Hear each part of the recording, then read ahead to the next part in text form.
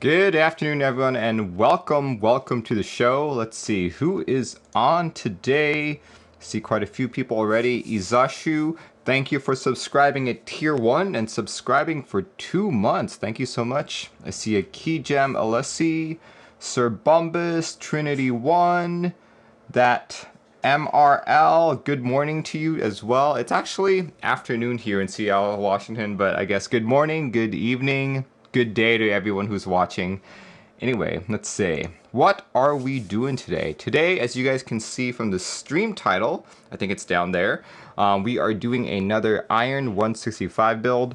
The Iron 165 is one of my favorite 65%, and today we have another customer asking me to build one, so hopefully it'll be great. Alright, so before we start the show, what is Merlin drinking? That is always the question. Always the question. Here we go. Nothing too special today. Just felt like orange juice. So I've got orange juice today. Specifically, what type of orange juice? From the local Costco, I guess. I feel like most of the things I buy these days is from Costco. Sir Bombas says, no way, you're in Seattle. Keyjam and Mr. Broswin executed, and Bruce Wayne also triggered the hydrate command. Cool. Thank you. Yeah. Alright, let's see. So many hydrate commands. Obviously, if too many people trigger it at the same moment, there's only so much I can drink. Oh dear, here we go. Let's talk about this board really quick. Let's see. Ooh, hold on. That's not showing the right screen. Let me pick the right screen. Here we go. So for those of you who don't know what an Iron 165 is, the Iron 165 is a seamless 65% that's also gasket mounted. Check it out. This is the listing from Canon Keys. Let me post that in the link. Like so. Check it out. Iron 165 was designed by Smith Rune. Group buy was quite some time ago, actually. But there have been several extras buys from all over the world. From Smith Rune themselves, from Canon Keys, from Ilum KB, basically everyone who was a vendor for this group buy had some extras. Here we go, check it out. Yeah, really good looking one. My own unit is a gray top and silver bottom. Check it out. Very beautiful board. But before we begin, just want to take a moment to thank everyone who has subscribed and followed when I was offline. Let's see, I've got a long list here. Let's see, all the subscribers. I see a Mark Haxify actually subscribed just 11 minutes ago. Everyone else was Cameron Rudd, Humchum, Lil Water, Jalom, Chris, Mustacho, Meteor Hound, Zycolin, Kiki-chan, Ryan Nguyen, Jack Clark, Rahan Avis, Toki Novotny, Sean, JV, James, Benito, Flag, Deadruz, John, Johnha, Paradox Studio, Meepop, Matlim, Diego, Centarius, Salt. The list goes on, but seriously, thank you guys so much.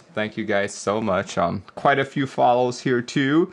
Short Schnee, Lizard 1338, Nuyed HXI, Tidalsana, Moisic, J Balson. Thank you so much, guys. Thank you so much. See, Sir Bumba says, I'm a drop a sub. No, thank you very much. Thank you. Alright. Okay, let's see. Let's take a look at this actual unit that the customer sent me, shall we? So one cool thing about the Iron 165, out of the many cool things that it has, is that it comes in a fancy case like so. This is quite similar to the TX keyboard cases, very protective hard shell case, though it is about, I'd say, 1/4 of an inch thinner, making it more compact. Alright, So yeah, if you guys are curious, you can execute the ! keyboard command and you'll see the keyboard that I'm using in front of me. This is the Xeno 75, one of my favorite Xenos right now. Let's see, oh, let me turn on some music as well. Let's see, what playlist should I use today? Let's do this playlist. There we go. Yeah, let's do this one. Let's do this one. That MRL says, why did you say that one time E-white stands for expensive white? It's because people were joking that it was a more expensive option. So we were like, oh, E must stand for expensive. Sir Bumbus, I see you subscribing at tier 1. Thank you so much. Thank you, thank you, thank you. GMK Merlin round 2 when? It'll happen when it happens. We'll see. We'll see. But yeah, just to give myself a little bit more room here, I'm gonna unplug this keyboard for now. Let's put it on my lap. There we go. Here we go. So the unique thing about this particular build is rather than using the brass that the board normally comes with, I've been asked to build this with the POM plate. So here we go. POM plate. This will be the first iron that I build with a POM plate, so I'm quite excited how this will turn out. So Bumba says, is there any way to donate? Yes, you can use the ! donate command to donate directly on Streamlabs to me, or you can use your bits.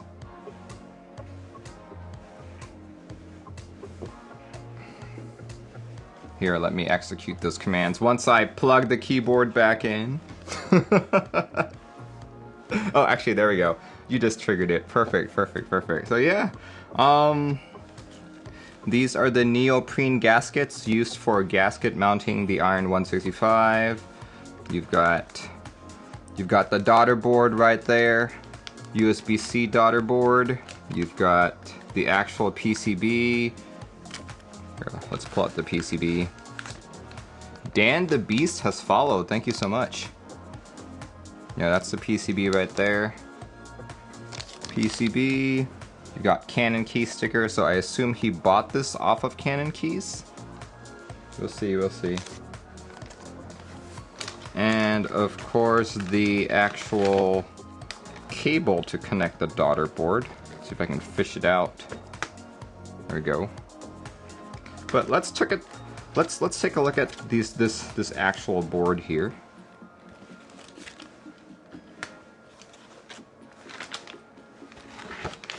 You guys can already see part of it. It's the plum color board, which seems to be the most popular color. Plum colored board with black logo.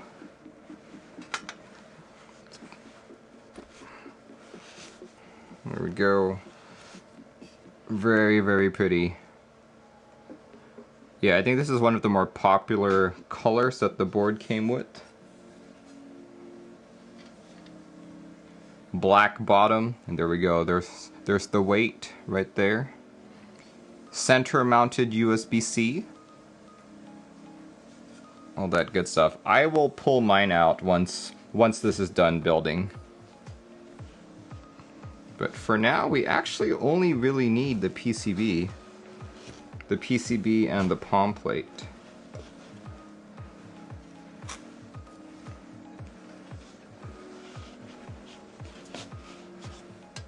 Here, let's leave that as is.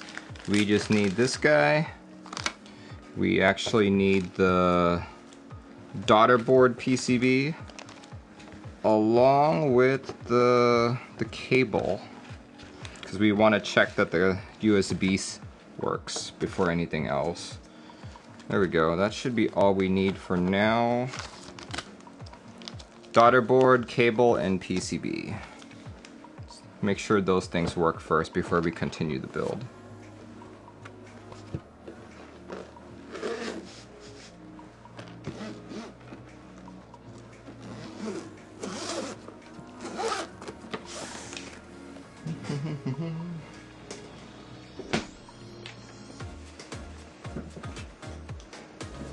Alright, let's do this.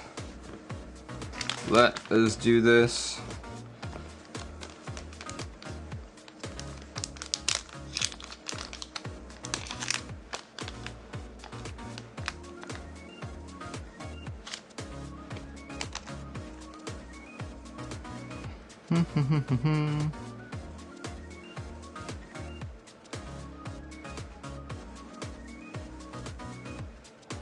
Yep, that's the right way to plug it in. There we go. Sir Bumbus, thank you for your donation of 20 bucks. Thank you, thank you, thank you. I feel like most people just use bits, but yeah, a donation through Streamlabs is just as welcome. Thank you so much. Let's see. You know what? I'm just gonna use a pair of scissors to open this. This is kind of annoying.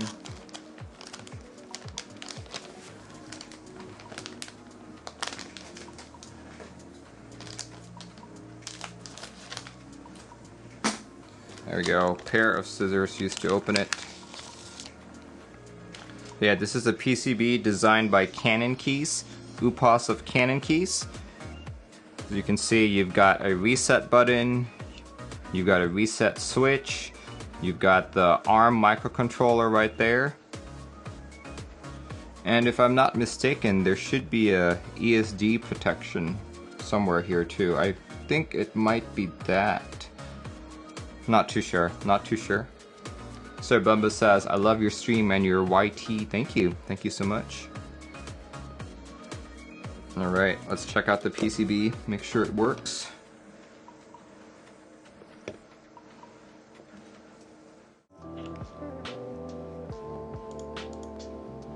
There we go, it's detecting it.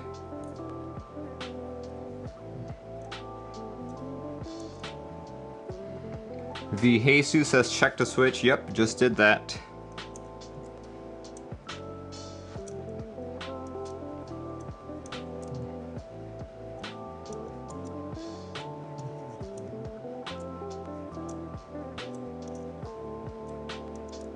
I feel like I make that same mistake every single time I build like an iron. This is the fourth iron that I've built.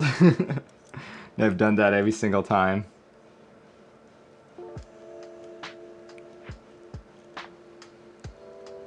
Your backspace isn't... Oh, there we go. What is it configured to? Let's take a look. Oh, okay, that's an odd layout. Let's see. Let's just make the layout that customer said they wanted. Sangan bottom row. That is the layout they want. Perfect. Okay. So with that said, that should be a tilde followed by a pipe. Okay, hopefully that's correct.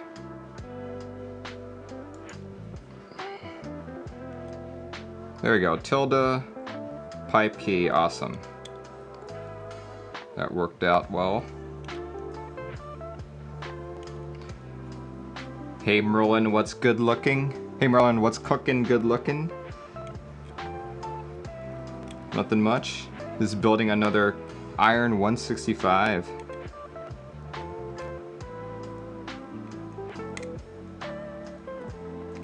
Just literally starting the build, testing out the PCB first, making sure everything is in order before we continue.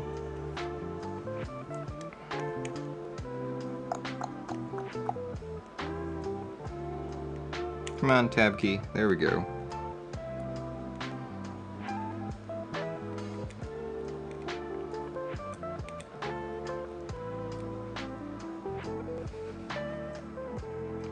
Jeff Leopard says, I've been sitting at my desk for 20 minutes and just realized my keyboard wasn't plugged in.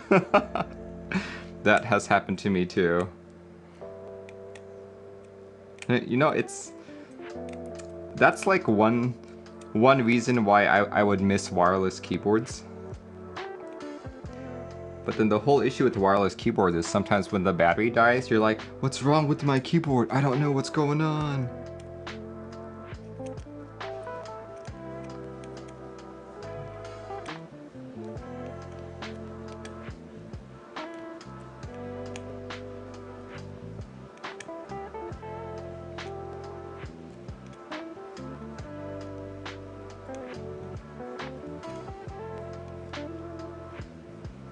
Static Age says, hey, got that Romy out today. Yeah, kind of needed more space, so I figured I'd use this Romeo of mine.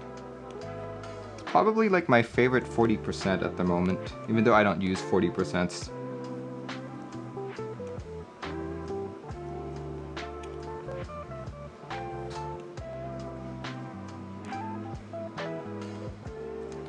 Hold on. Let's see, what was right control? Okay. This key map does not have a layer key, so let's put the layer key where right control was. Let's do that. M01. There we go. That should do the trick.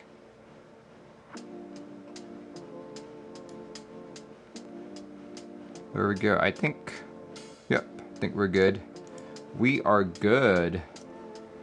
See, Feeble-Minded says, Merlin, it's hard to ask in chat, but any ideas what I should do if QMK Toolbox isn't detecting the HID device? Yada yada yada. I can chat with you later. Right now I am doing a build for a customer. Sir Bumba says, try not to learn because it makes hard for the streamer.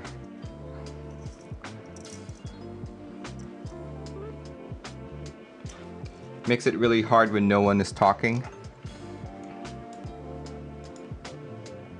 There we go. Okay. We don't need this cable sticking out anymore, so we can unplug it, start the build.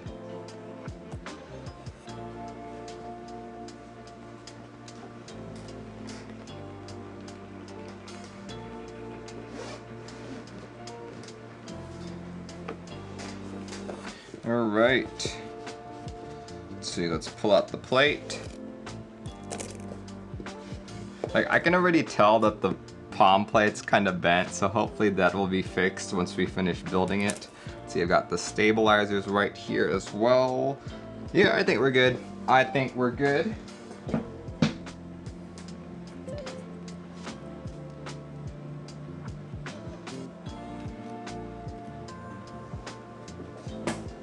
Let's see, Vlog says, oh, this is so weird.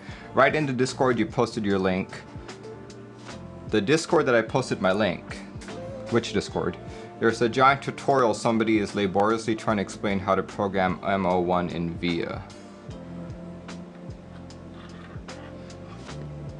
I don't know who's laboriously trying to do it. Okay. We gotta start lubing all of our stabilizers. This customer sent me Zeal PC ones, actually. The way I like to lube my stabilizers is use 205G0 for the housing, followed by Permatex branded dielectric grease for the wire. So we're gonna start doing that. Let's see. Here we go.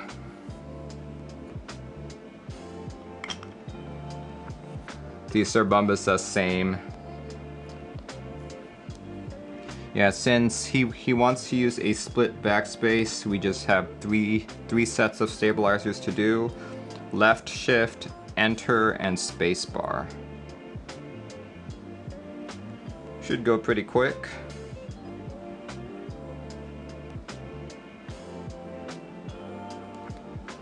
Yeah, Relax, sometimes I find that explaining something is a lot more difficult than showing how to do it.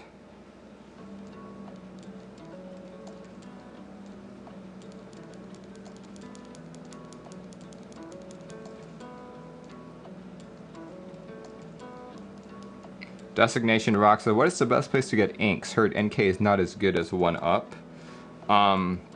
Inks were originally on NK, if I remember correctly. 1UP takes really long shipping. So I guess your mileage may vary.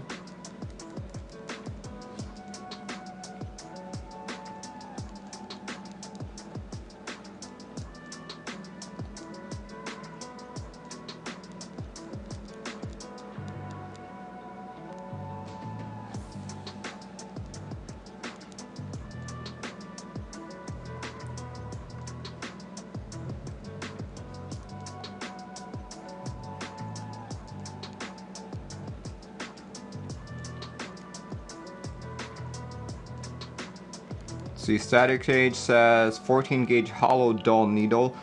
I've seen that work too. I think Jay of Top Clack does that. Prolio says, hey Merlin, hello to you too. So Bumbus has been waiting for a month for KBD fans to ship you your order. Yeah, they're not the best at shipping, to be honest. Or shipping and fulfillment, I guess. Out of curiosity, what did you buy from KBD fans?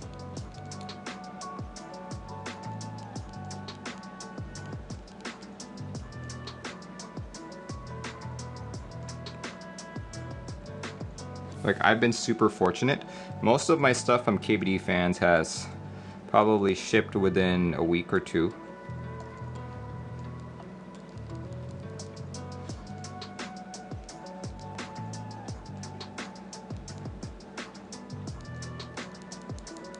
DZ60 and Tofu Expensive White. Oh yeah.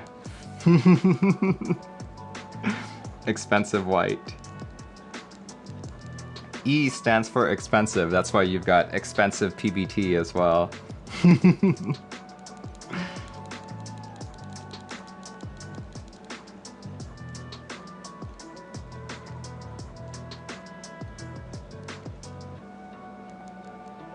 You just stopped buying from KBD fans after a few orders. You do have to give KBD fans credit though. That's without them, I feel like a lot of people wouldn't have gotten into customs.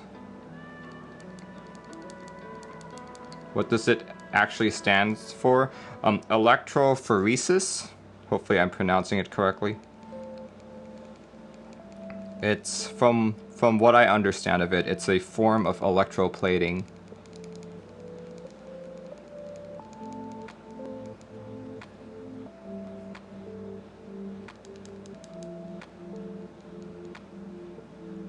But yeah, let's just stick with expensive. Makes more sense.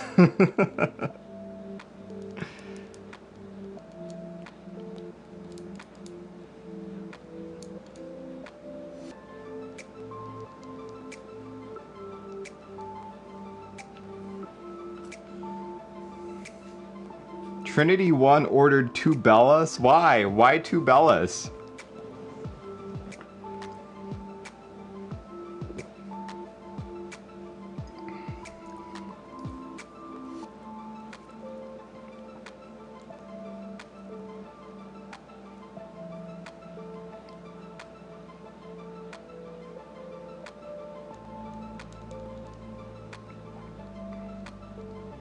Stock black and gray. Ah, okay, I see.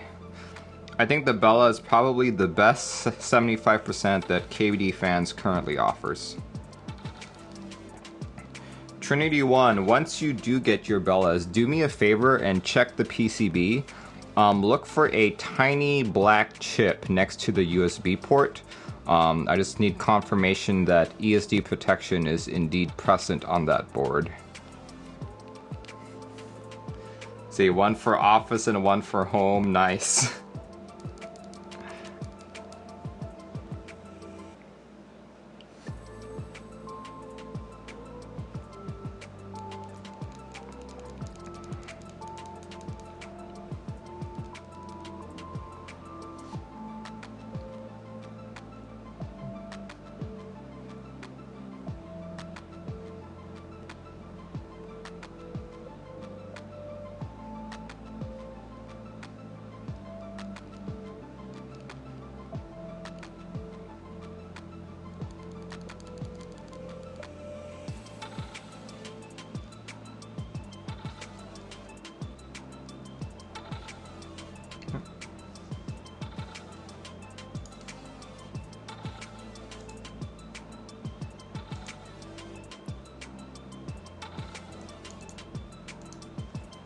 Oh, the customer is asking me, hey, what time are you streaming?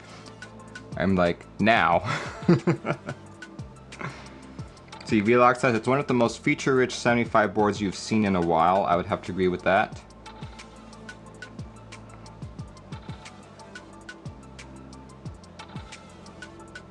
Yeah, I think one of the polarizing aspects of it is that switch opener. Like, personally, I was gonna buy one myself, But after finding out that the switch opener is a dog, not a cat, it made me not want to buy it anymore.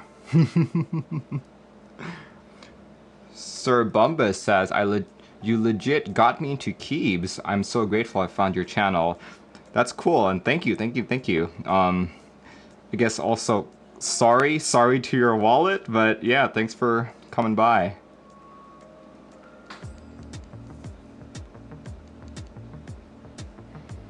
Could be easily resolved if they made different switch openers. That might be part of the plan, to be honest.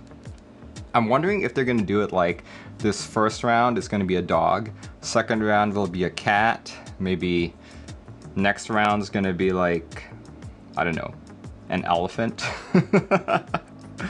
But if I'm not mistaken, Bella is actually the name of a dog food brand. So there's a good chance it'll just be different types of dogs. Not sure. We'll see. Hey, drop.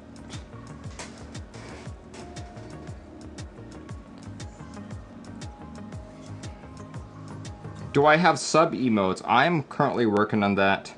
Graphic design is not my strong suite, so I have some people who are helping me out.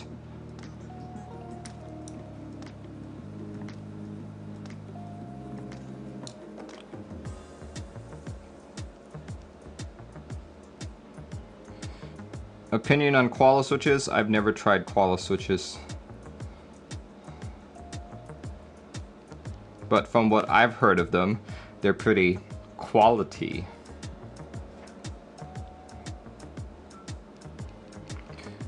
You don't need a webcam border, Sir Bumbus.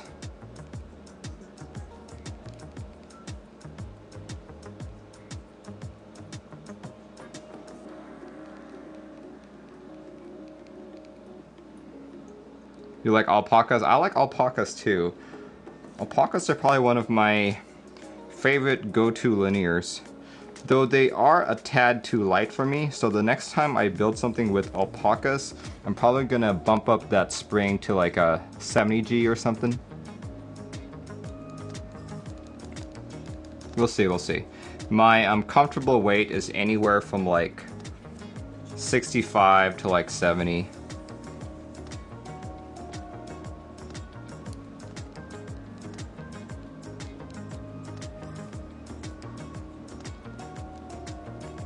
But my particular iron uses NK Silk Yellow, so that's 63.5. Those feel pretty good to me too. So what I'm doing right now is I'm just spreading the lube some more. Making sure each of these housings has a good quantity of lube all spread out. Make it as even as I can.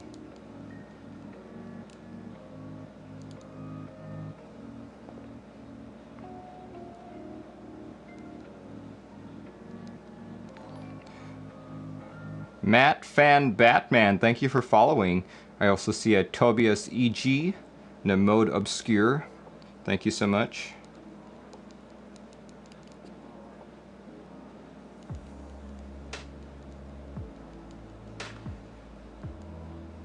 See, Sir Bumba says, is that the work mat? No, this is not the work mat. Well, it is a work mat, but it is not the work mat. This is just the one that I have from Amazon. Alright, should be done with that.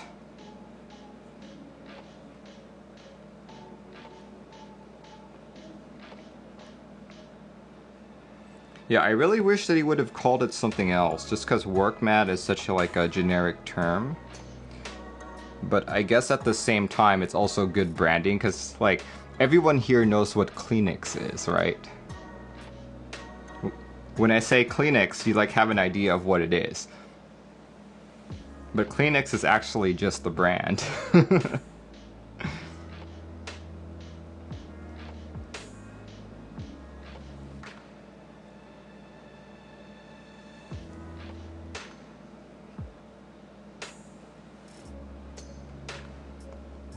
Thoughts on a cherry blossom themed board? Like Sakura?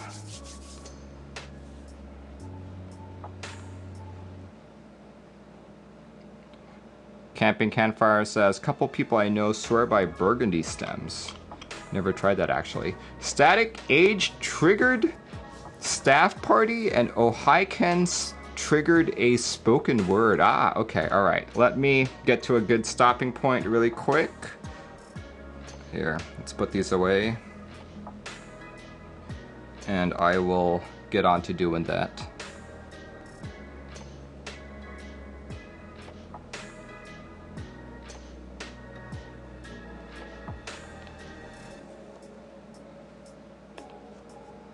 Alright, here we go.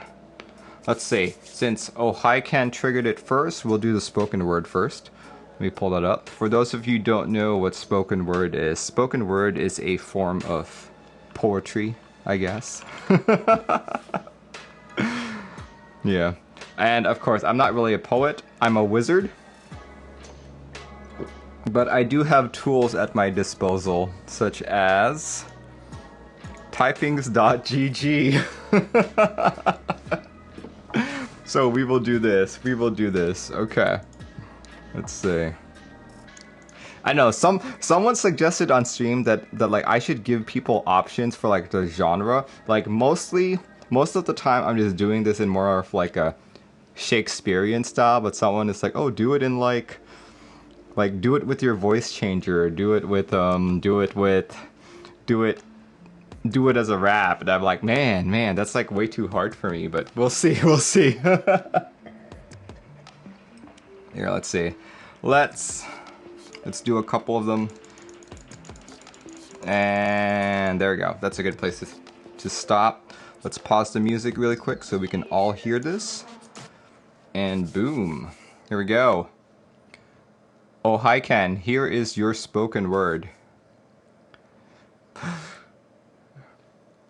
Home part in Creaseville might mean go possible, like then she would say, very might become what school find used by each. Because field program old you home order, keep any good own, not they large become. Even be hand in any well possible, and also other, those also be. There we go. All right, staff party's next. Staff party is next. For those of you who don't know, I have one of the few actual magical items in our community. This is the wizard staff.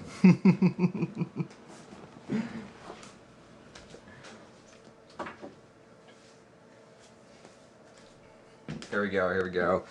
Everyone who triggers this command gets a percentage of luck added to their stats.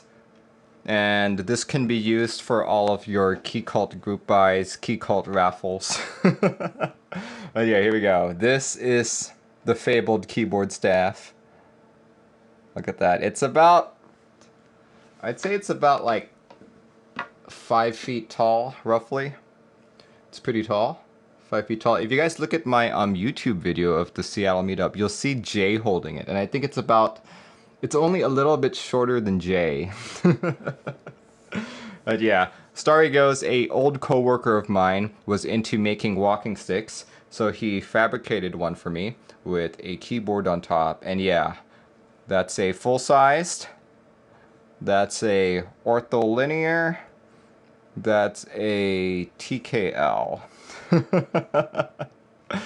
3 different kinds of keyboards. Pretty cool. There we go. That is the staff party for you.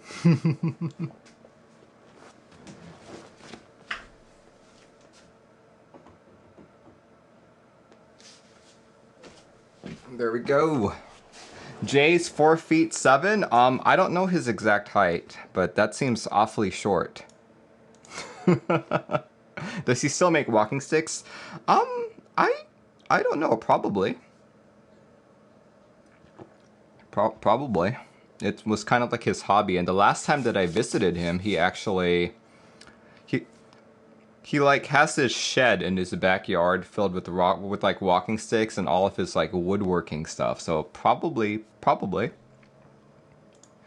Camping fire, redeemed highlight message. Oh no, wait, that's some Sir Bumbus. Alright, let's go put these in. Let's go put these stabs in. Actually, it's going to be easier if I take off the screws first. Here we go. Let's take off the screws.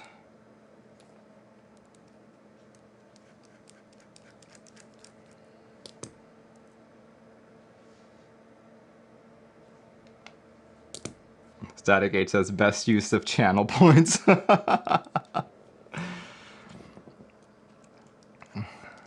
Yeah, I think like someone mentioned that I could use it as an incantation as well. I'm like, sure. Maybe I'll do that the next time someone redeems it. And I'll do it with the voice change module.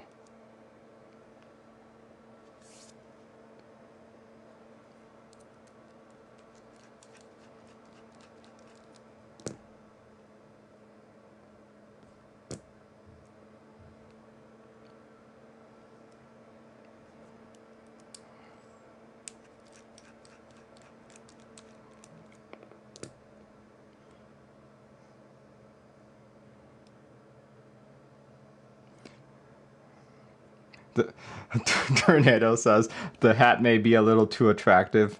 Yeah, that's how I get all the ladies, apparently.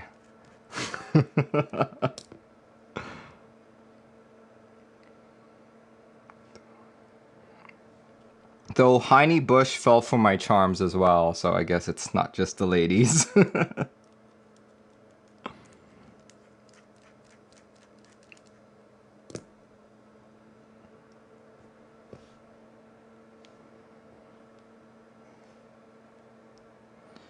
Alright. Looks like I've got all the screws out. That's how Merlin gets all the boys to the yard.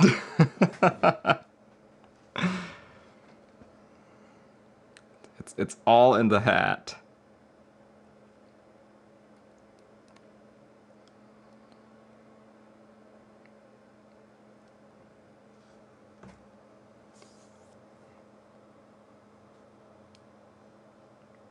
Never knew Heine swung that way.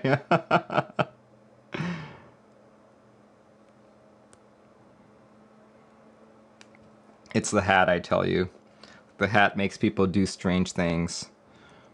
Like, ever since I put on this hat, I've like spent way too much money on keyboards.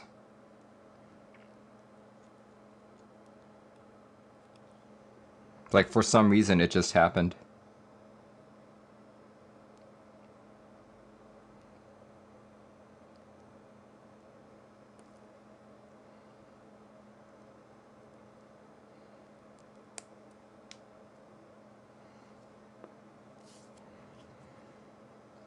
Looks like you spent a bit too much on hats also, yeah. Are there any nice GMK keycaps in stock? I think he's already out, but the last one that I heard of was GMK DualShock, I mean, by Dixie Mech. He was selling extras a few days ago, so maybe there might be some left.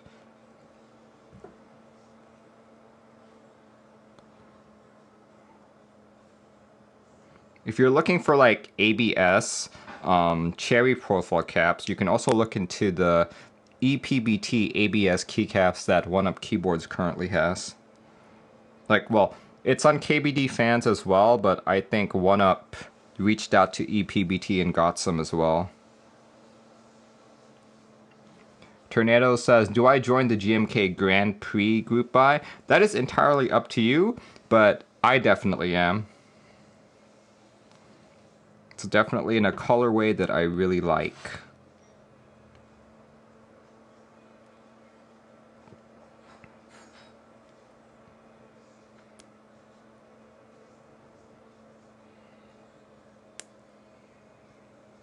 Scott Wire says, I run a website that lists in-stock GMK. Cool. Hey, Scott, if you wouldn't mind sending that to me through a DM, I can actually post your link for the whole chat to see.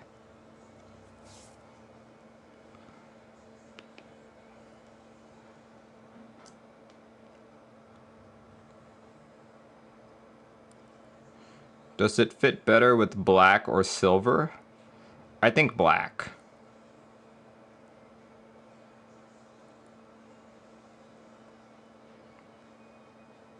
How about Mudbeam? Mudbeam's another one that I like, but I can't, I can't just keep buying key sets all the time.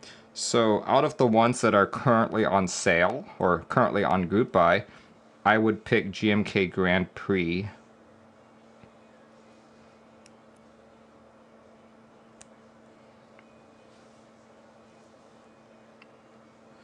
Which kits am I getting for Grand Prix? I don't quite know yet.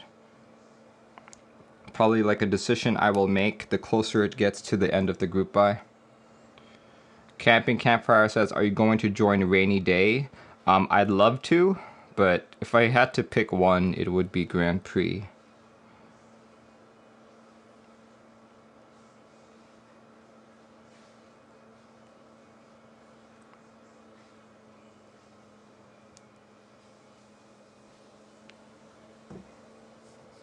Not getting Noir. I'm not a fan of the Noir colorway, unfortunately.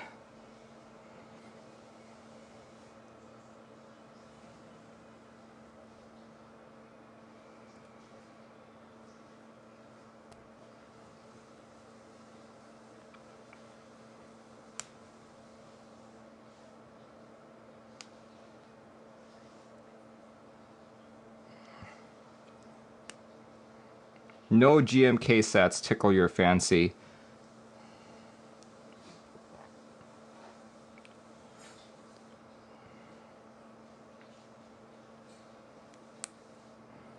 There we go. All right. Got all of them in.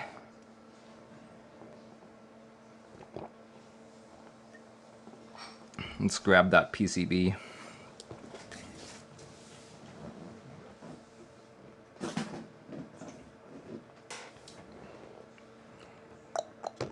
There we go.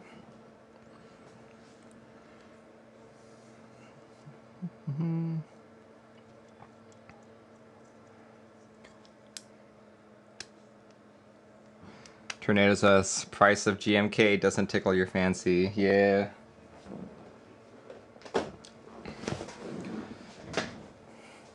I still remember a time when GMK was at least $40 cheaper, and I still thought that that was expensive.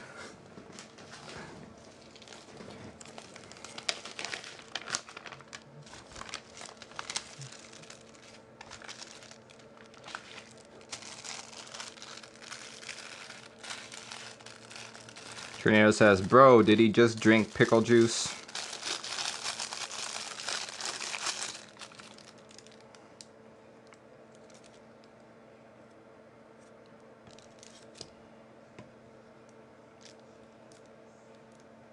Isashu says it was expensive at 90 bucks, but now it's pretty nuts. Yeah, I know. That's why I'm like always looking for cheaper sets. I think I might cop one of those one-up keyboards EPBT ABS sets. We'll see.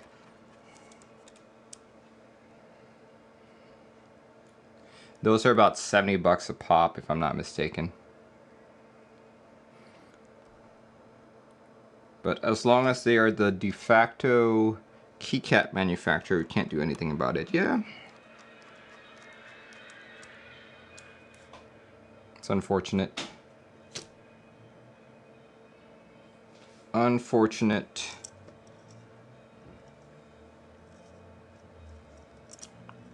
What about Entry Milkshake? I actually prefer the feel of ABS over PBT. That's why I'm a big fan of JTK. So I'm wondering if I'll like this EPBT ABS as well.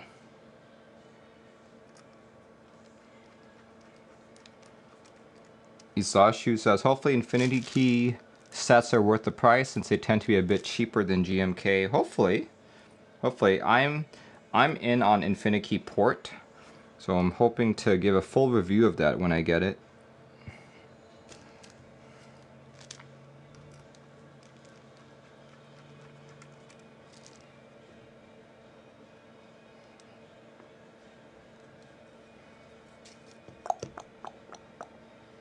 Okay, this is a 7U spacebar. So, let's see.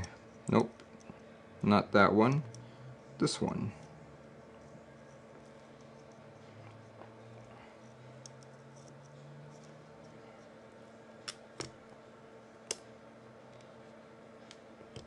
Just got your first GMK set a few days ago from Mech Market. Congratulations.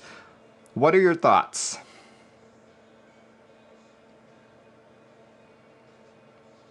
Okay, you say they're really nice feeling keycaps. I agree. The thing that sucks though is that they shine. It's just like a natural property of ABS. That's something that you have to get over. But that feel of spending over 100 bucks on it, or what, several hundred aftermarket, only to see it shine after like a month or two just really sucks.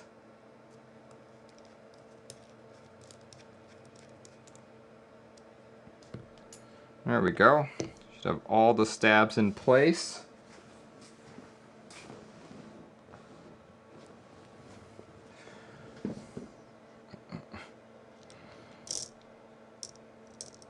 Man, that's just a very bent POM plate. Hopefully this works out. Okay,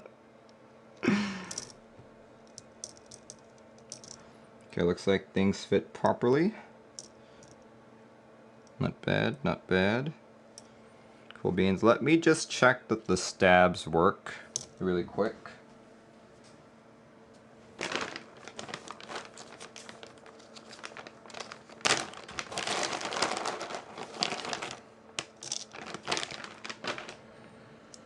Alright, stab one. Sir Bumbus has got to go. Thanks for joining in. Oh, you're gonna leave after I start soldering. Very kind of you.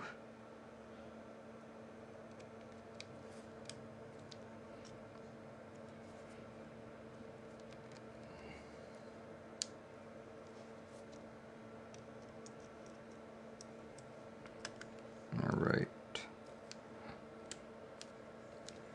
Alright, seems to fit. Let's grab some keycaps really quick. I don't really have any GMK sets that are currently available, so I'm going to use the new set that I got. Pro Elio says, no music today. No, I actually forgot to turn it back on after that spoken word, so thank you for reminding me. Here we go.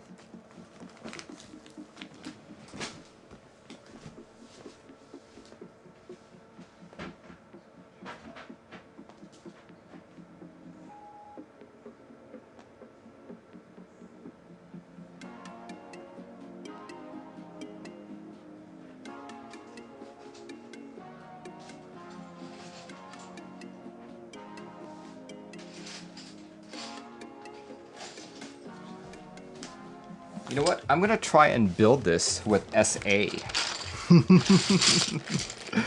I was gonna put like a yellow set on it, but then I realized that this is going into a purple board. So I'm like, yellow and purple might not look too good. So we'll just check it with SA really quick. Here, let's check.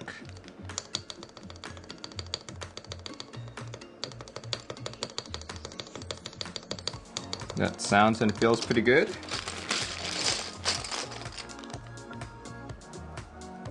Oh look, this is how long I have not used this set. I still have O-rings in them. Last time I used O-rings was like 2017 or something. Here, let's go take it out.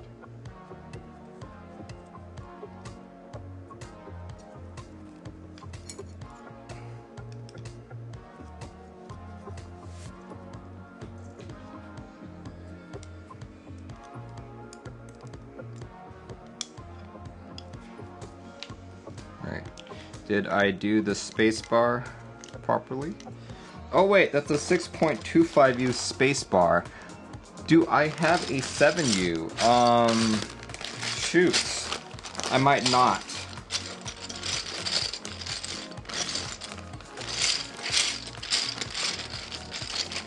Here, let's at least check the other shift key.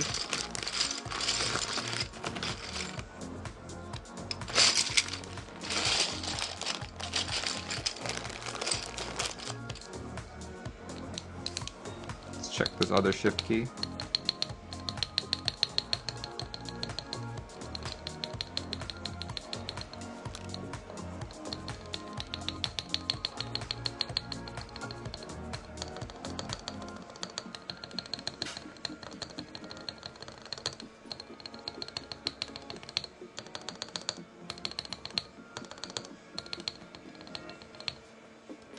Okay, both those work. I need to look for a 7U spacebar.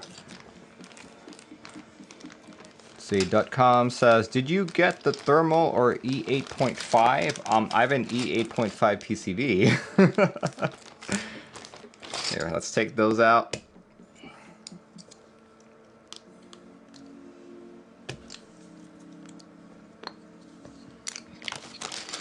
And let me actually look for a 7U spacebar.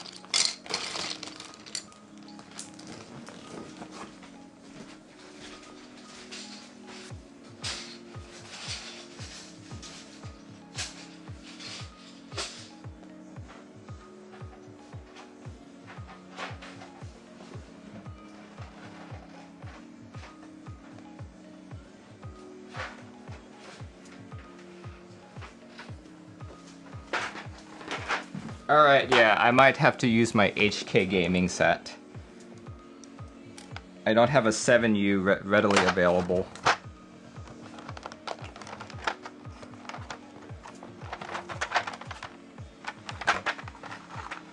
There we go, there's that 7U right there.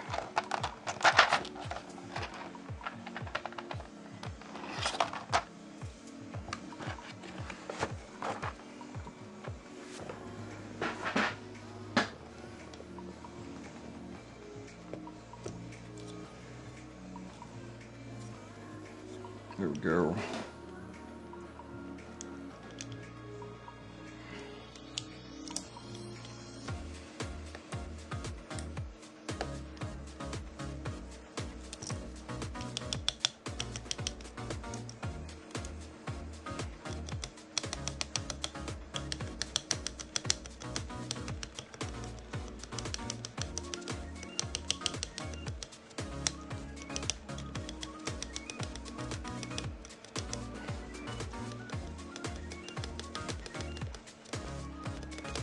Okay, it's a little bit sluggish on the right side. Let me clean that up a bit. Okay, it's a bit sluggish on the right, and I think I didn't put enough lube on the left.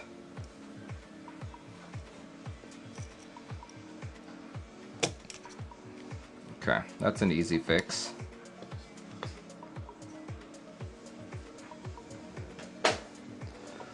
Let's see. Sifto says, thoughts on HK Gaming key sets? I think they're fine, actually. They're not like GMK, but they're like pretty decent. What set is this? Which set? The one that I just had? That one was an HK Gaming set. Cherry Profile.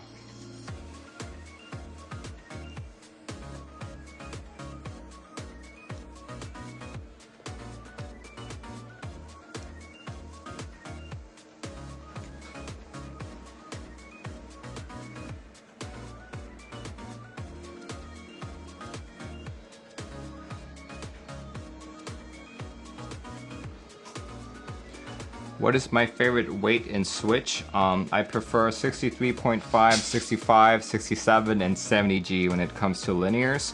When it comes to tactiles, I prefer 67.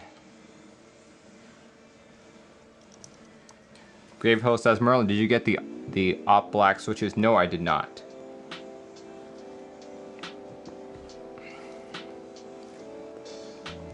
Okay, let's go try that again. See if it's any different.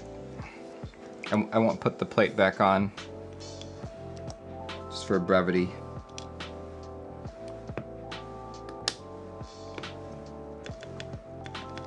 Oh, that's much better. That sluggishness is gone from the right side. Great.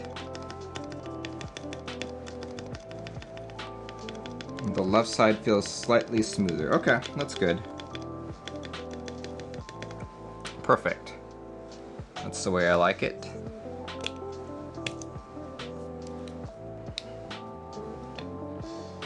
Perfect, perfect, perfect. We can actually start soldering, or maybe not soldering, but putting switches into the plate.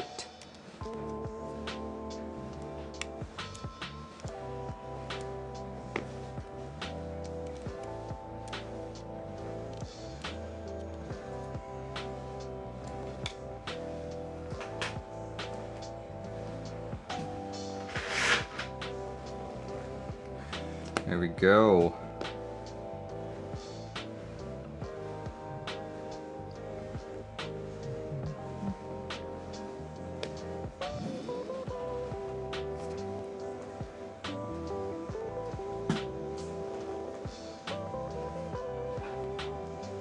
Okay, so the way I like to build switches or build a board using a POM plate is I like to put all of them in first. Just because I find that the POM plate is way too flexible, and sometimes it causes things to bend too much that I can't ensure that the switches are completely flush.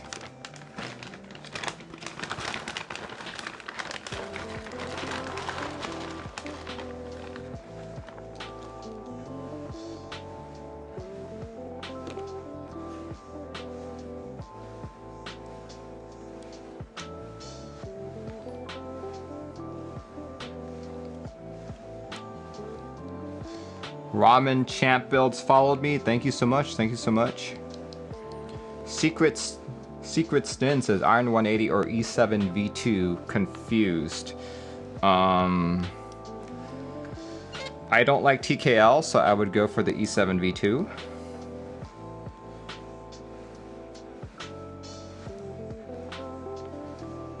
So hard to get them to click in on the flexi plate. Yeah, I know, right? Ramen Champ says, did you get the POM plate from Ponuco? I have no idea where the customer had this cut.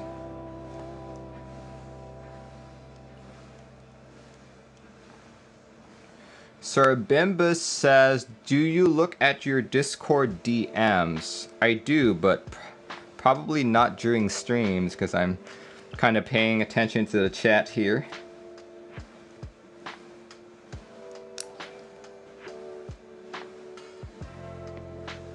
Did I just insult the TKL form factor? No, I did not. I just said that I don't like TKLs.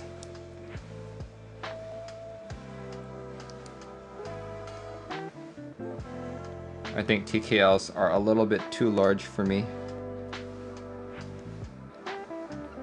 Secret Stins has followed. Thank you so much.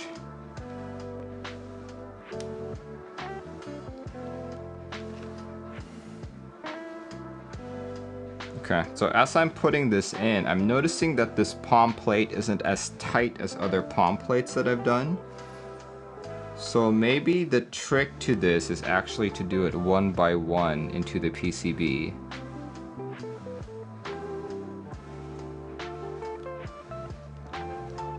Tornado says, do you have children's hands? It's not necessarily your hand size that determines TKL is large. So the way I figure that ergonomics works for keyboards is that your keyboard should only ever be here. I guess I'll switch the screen.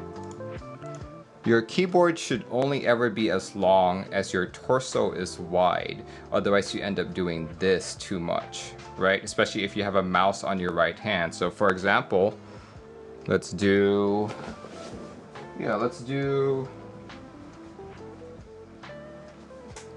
my 75% right here. You can see it's just about the length of my torso, like so, right?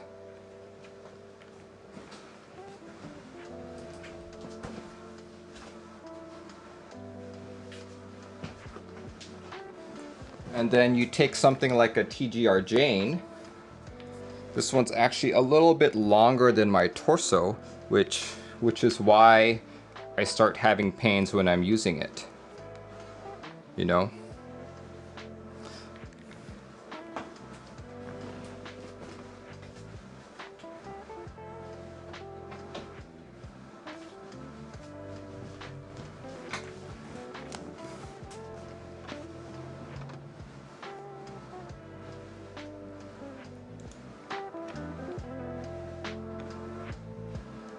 right. I have a katana stand for my staff. Yes, I do.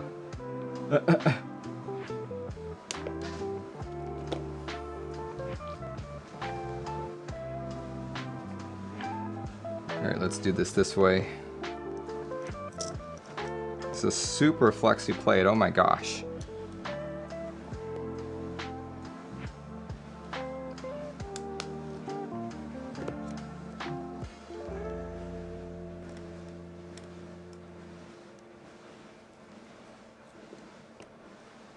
Huh. Wow.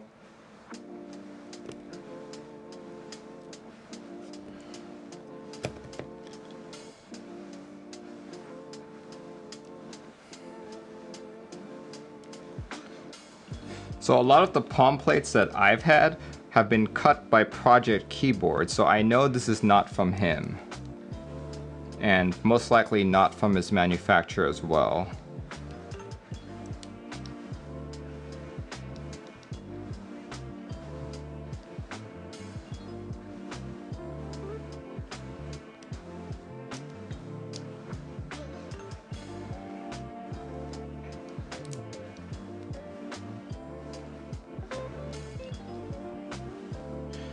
So my strategy to keep this from bowing is I'm gonna pre-fill like the middle columns first. And we'll start from there. What's the difference between POM plates and polycarb? They're just different types of plastic. I believe a polycarb one is going to sound better. And it's going to be more transparent.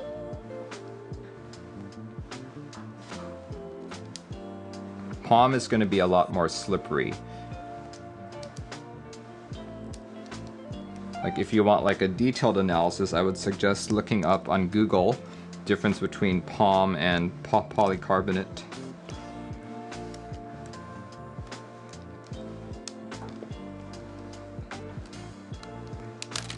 There it is, they all popped out. That's how brittle the plate was. Oh my gosh, okay. Yeah.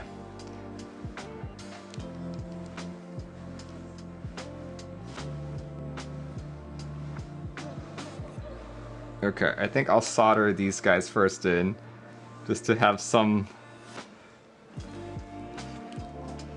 anchor point, because that was just too much. Oh my gosh, okay.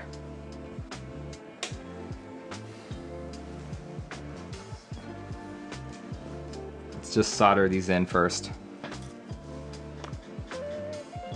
Let me pour myself more orange juice.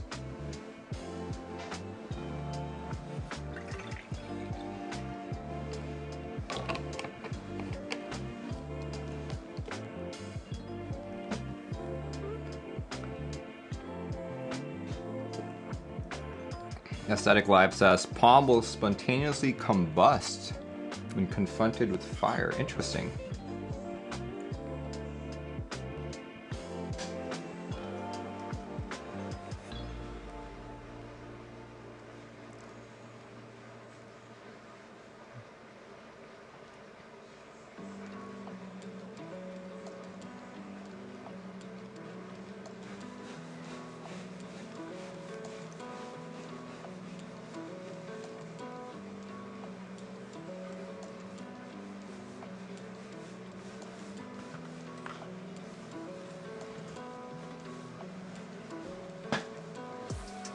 Any thoughts on the Hive 60 group buy? So the Hive 60 guy is just a couple miles from me. I actually PM'd him asking if he would be interested if I did a build stream. He said he would get back to me this weekend.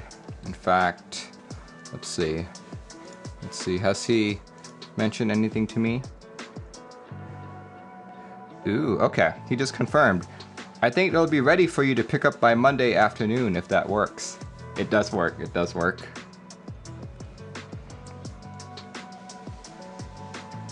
So yeah, probably either next week or sometime next weekend I will have a Hive prototype that I'll be building on stream.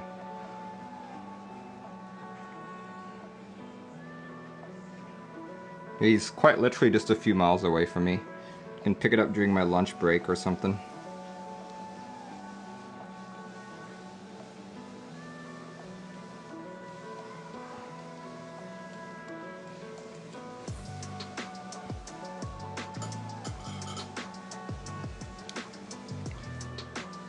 Victus Live says, are you a fan of GMK Red Dragon? I am not a fan. Am I a full-time streamer? No, I am not. I have a full-time job though, and I do all of this on the side.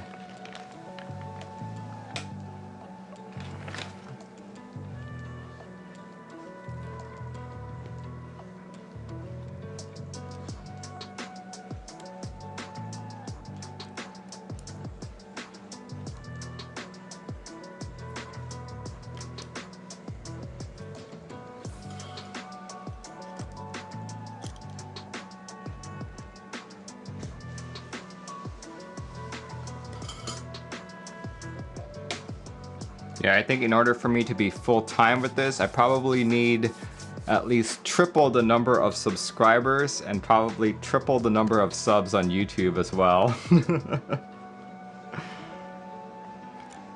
Sir Bimba says, what do I do for a living? I am a former software engineer and now I am a project manager. I do still do quite a lot of software engineering. Just because I'm also like the team lead.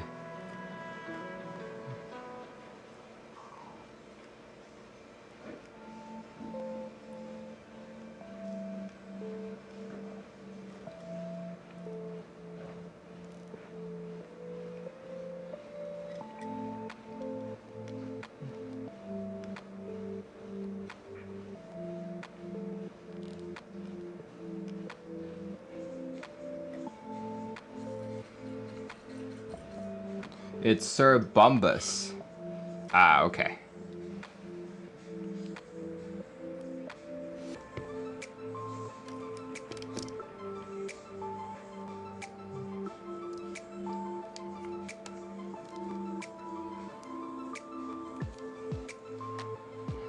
Alright, my guess was correct. Populating the center column seems to have added that stability that it was missing. So hooray! Yay! Let's put a couple more in, then we should be good.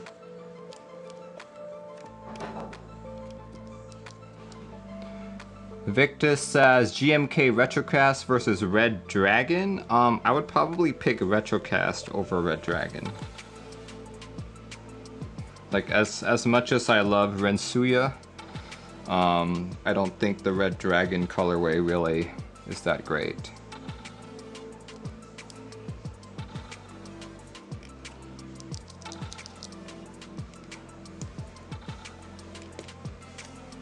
Let's solder a couple more.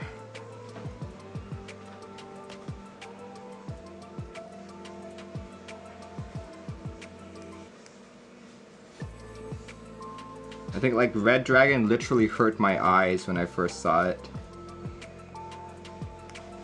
Like, that's not to say that Retrocast looks much better, but it's just the one that I would pick if I was given just those two options.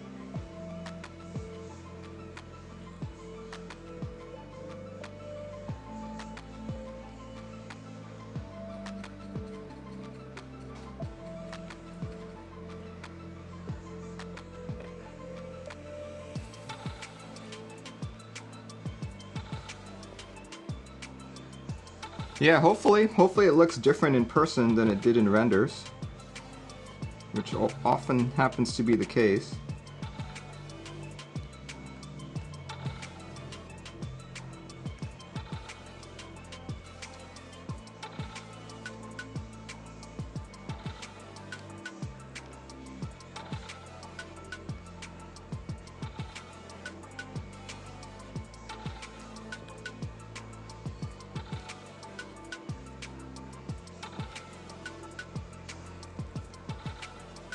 I'm not also a big fan of red sets though, so, you know.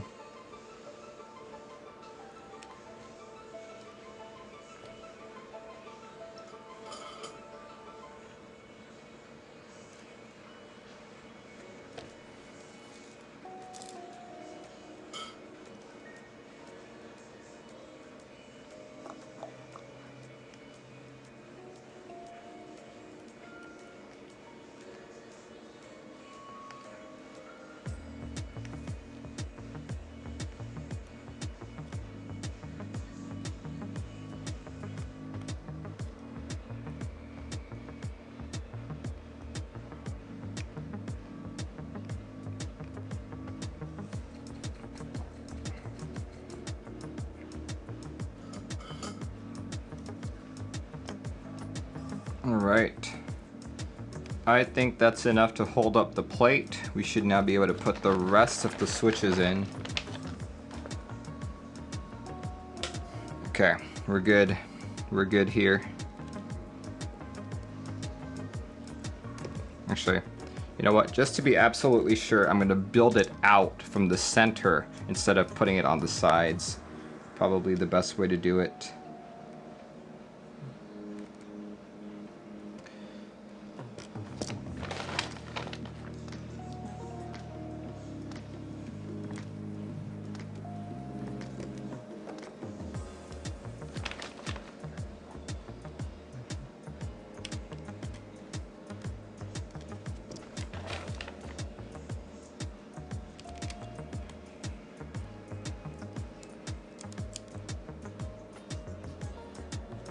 Yep, that's really holding on quite nicely. Okay, awesome. Are those ink blacks filmed? Yes, they are.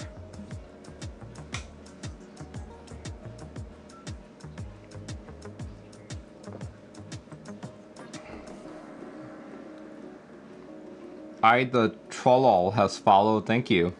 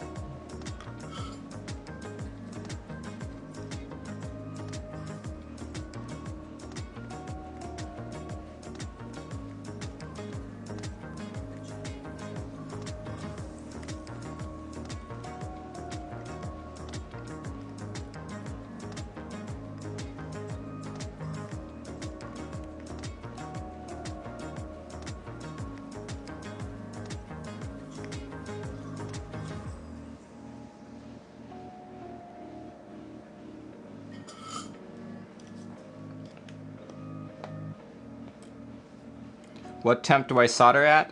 With my particular brand of solder, which is a Kester 6337.75 millimeter, and with my particular Weller WS51, I solder at 540 degrees Fahrenheit.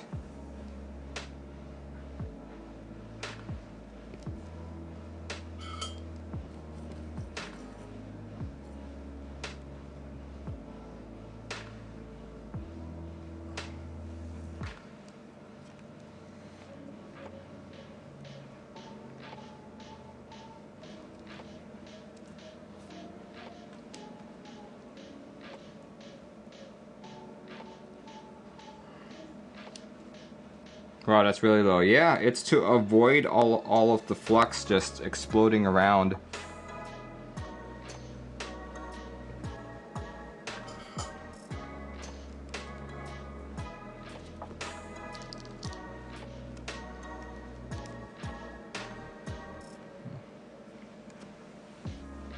It's like, that's why when you look at people's PCBs and you see like little brown circles or yellow circles around them, or just all around the PCB in general, that's usually because they may have been soldering way too high. So just because I solder at 550 doesn't mean that with your hardware it's going to work the same way.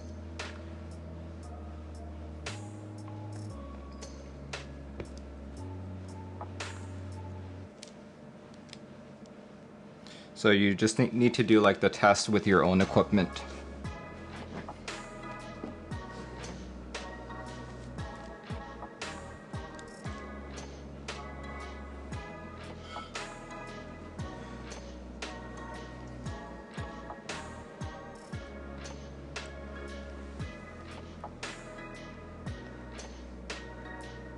One of my very first jobs out of college was soldering medical equipment. So I got really, stuff like that really got hammered into me.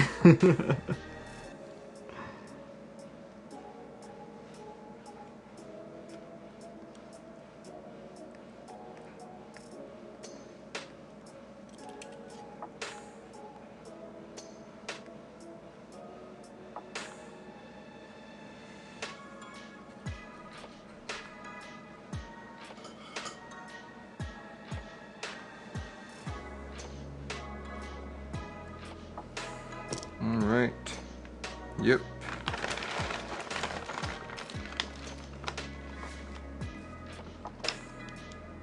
Okay, I'm just gonna try this top row. Hopefully things will work out.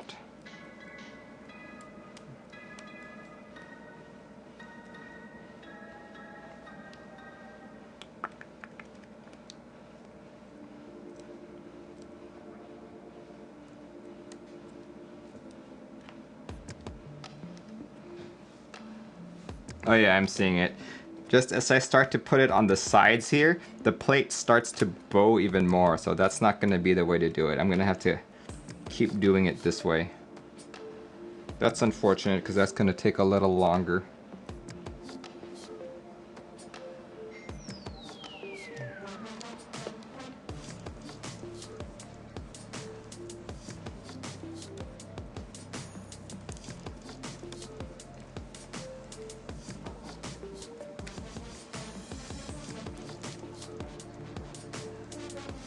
See, like, I don't get this. This plate is already super flexible, but yet there are so many flex cuts still there. Makes it harder to, like, build.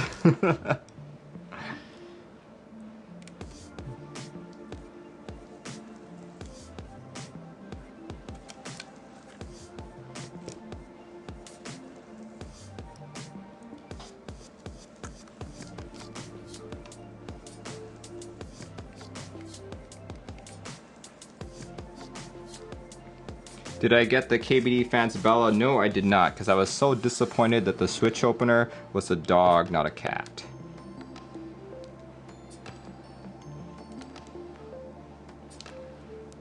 Yeah, so the way to know what the optimal temperature is for your soldering iron is basically, you know, start somewhere. Start at like, what, 500 degrees or like 480, and like touch it to a piece of solder. If you see it start to melt, then that's like a good starting point. And just keep upping it by like 5, 10 degrees until you get to the point where your solder instantly melts. And that's the place that you should stop. It's like if you read a lot of documentation out there, or even a couple people say, oh, just go solder at 650.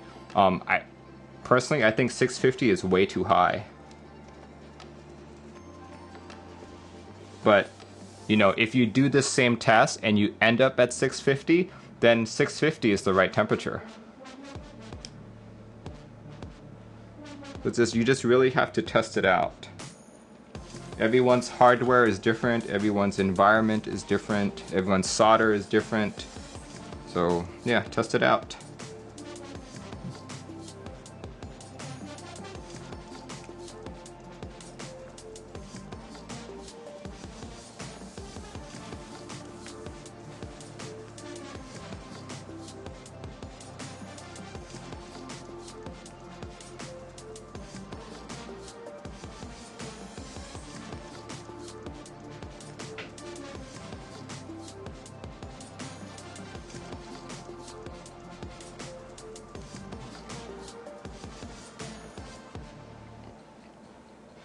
Static says, I tried 340C on my last build. I don't know how much that is in Fahrenheit. Let me just look really quick. 340C. Oh shoot, I don't. Let's see. There we go. Okay. 340. No, hold on. I forgot how I do my layers on this board. That's how often I use it.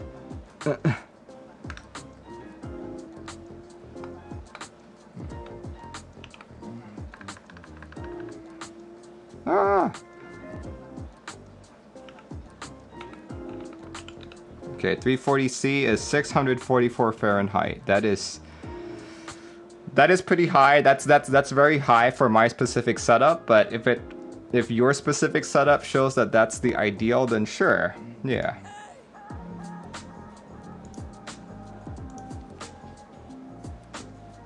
Sir Bumbus was planning to stay the whole stream. Well, thank you for dropping by. It's very much appreciated.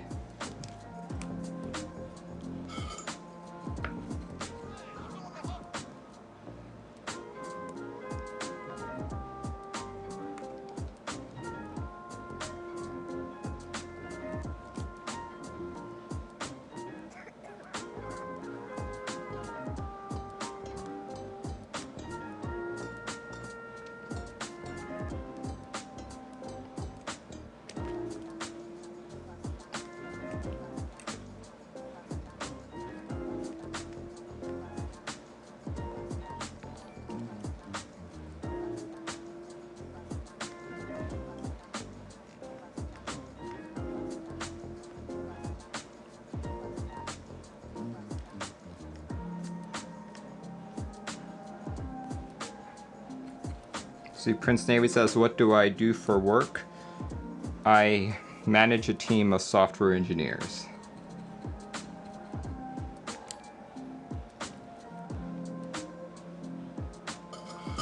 Actually, not just software engineers, there are several different teams underneath me.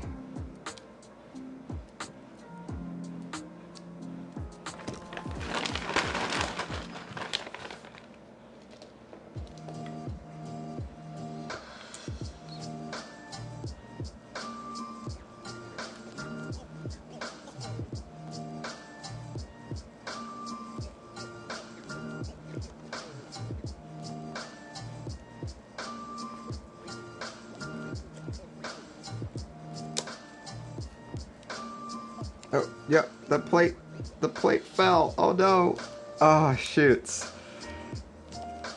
Annoying. So freaking annoying.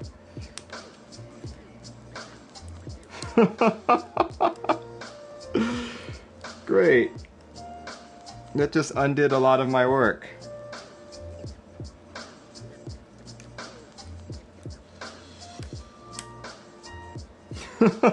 Wow. I was being super careful too. Here, you can probably... Okay.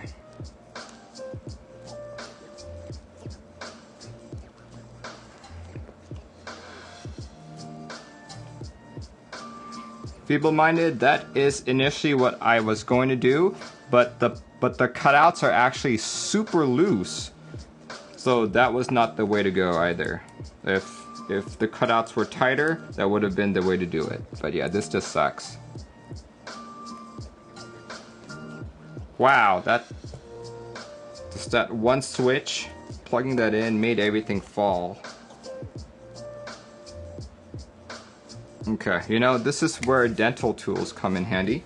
Let me grab my floss really quick.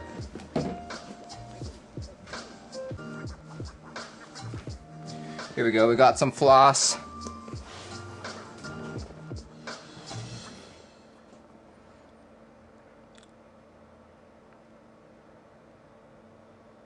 Okay.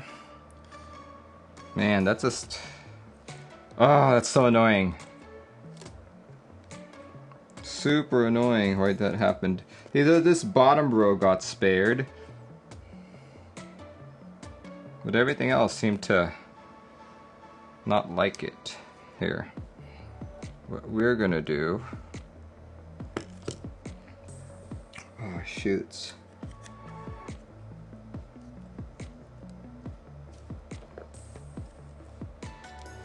That one switch just ruined everything.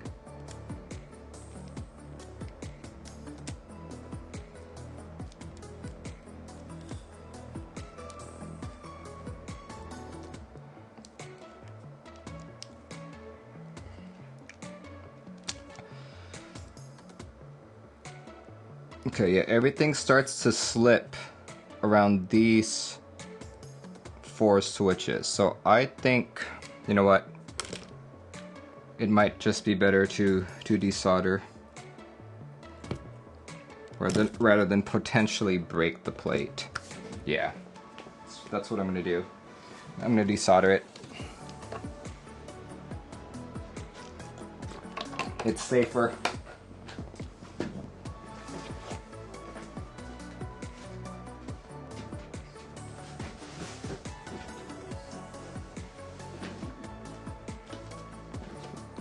Safer to desolder than pick away at it. Soybus says, what happened? Half the plate slipped. So the switches are no longer flush with the plate.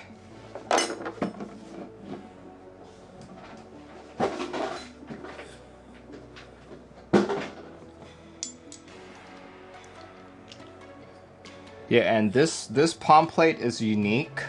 Like, I've never seen a POM plate where the switches were actually really, really loose fitting. Normally they're tight fitting. So normally what you could do is you could pre-populate the entire plate with the switches first and then lay the PCB on top. But in this case, laying the PCB on top of it was moving all of the switches out.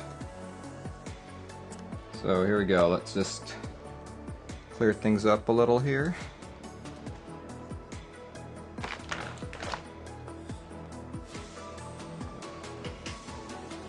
Can have room for my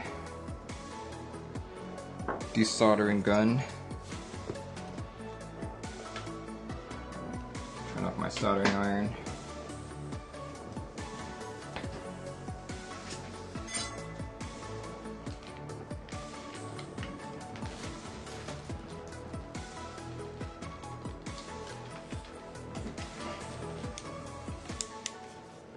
How are FR4 plates? FR4 is the same material that PCBs are made of, so they are stiffer. They are stiffer than POM.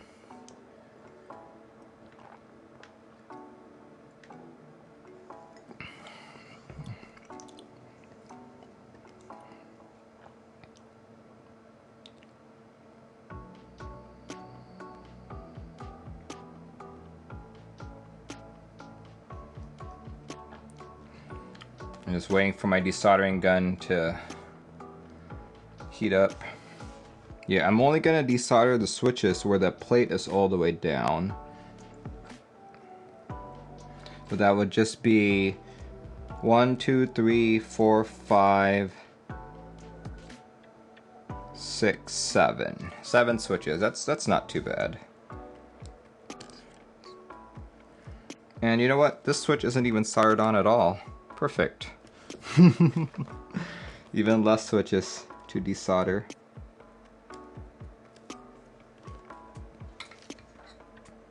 But with that being said, I'm gonna change my technique and maybe only do the center one for the time being.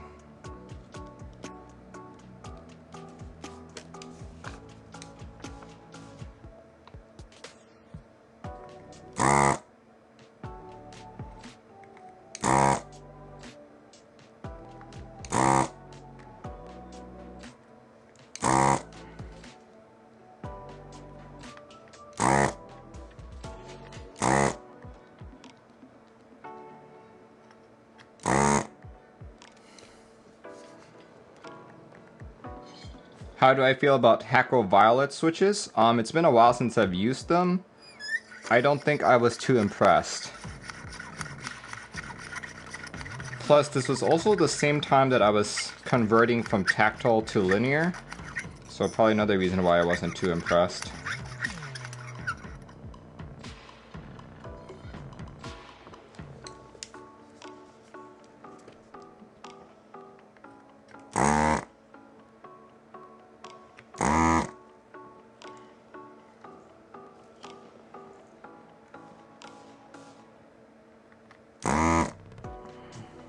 Alright.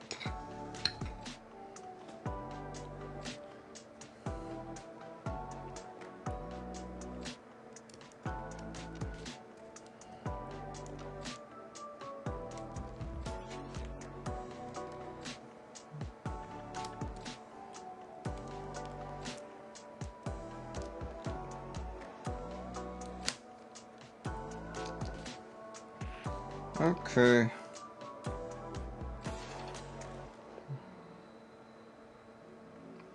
Wow, that's just a lot of them. Alright, hold on. We gotta do something here.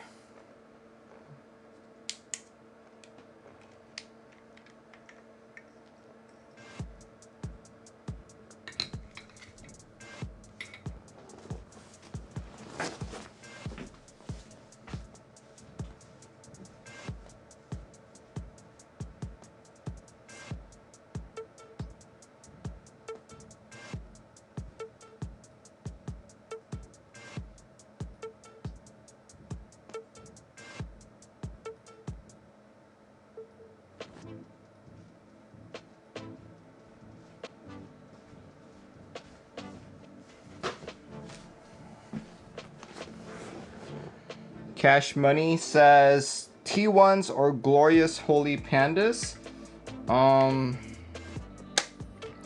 I'd say T1s for if you actually want something that's affordable or like affordable and is well known in the community. Glorious Holy Pandas if you want something easy to get. Why does my hat have a crease in it? Do I fold it when I put it away? Yes, I do.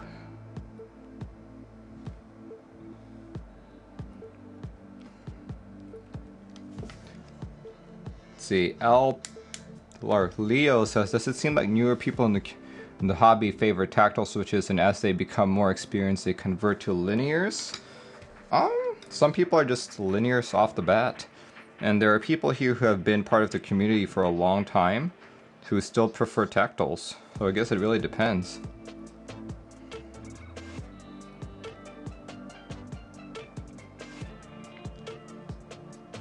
Ugh, this is so annoying.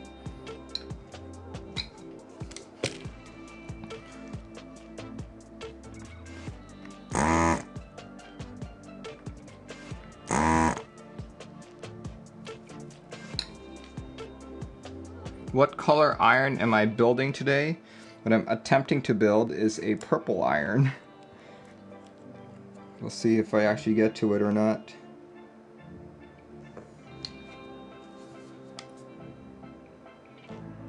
This is a stupid palm plate.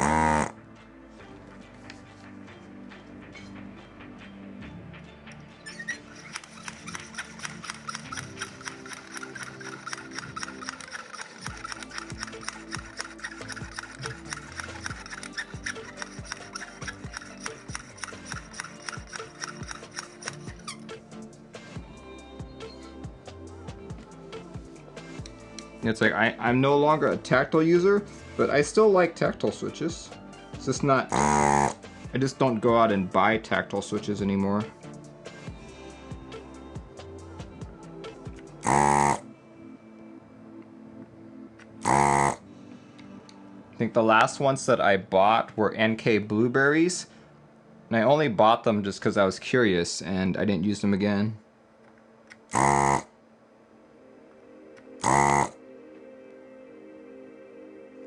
Yeah, there's that.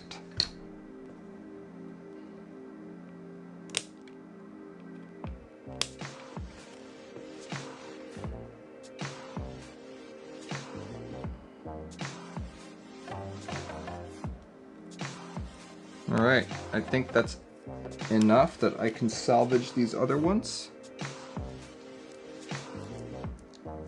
Maybe? It's just that the plate is so loose. There you go, see, I just fixed it, just like that. The plate is so loose that the switches don't actually clip into the plate.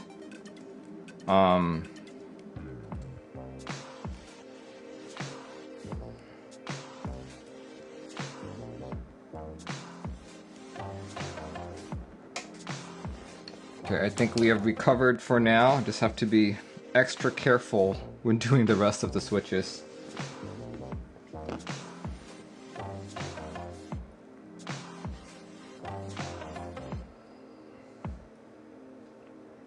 Let's see, Bitcoin says, digging the Scrabble set. Is the star inverted on purpose? No, I just happened to throw it on when I did.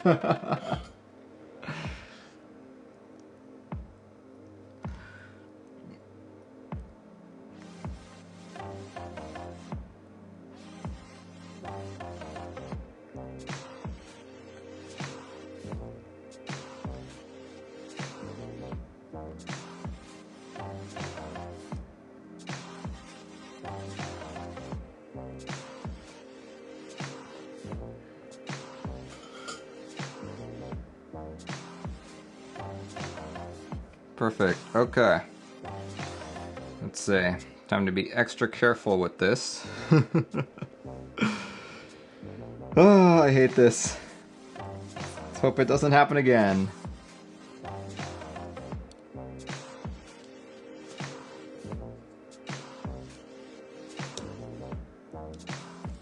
Go.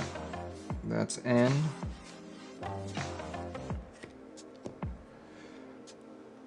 Seven says my anxiety would be going off soldering without eye protection. Well, that's the thing, you know. The reason why you wear eye protection is for fear of the solder bits, or of the, oh gosh, I forgot what it's called. The flux flying off in several directions and hitting you. But as I explained to you earlier, if you solder at a good temperature, the likelihood of that happening decreases.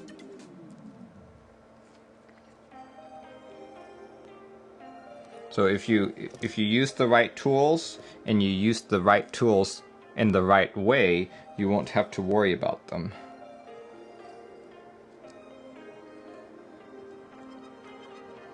It's like one could argue when you're frying an egg and you put oil in your frying pan, that oil could hit you in the eye as well.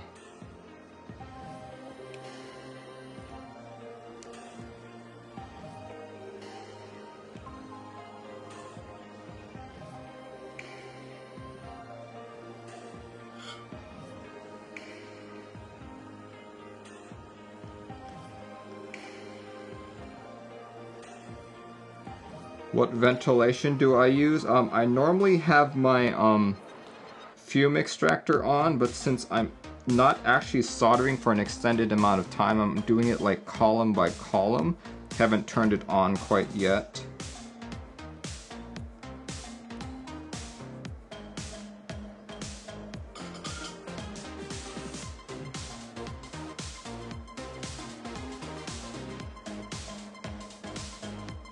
Okay, I think we're almost back to where we were.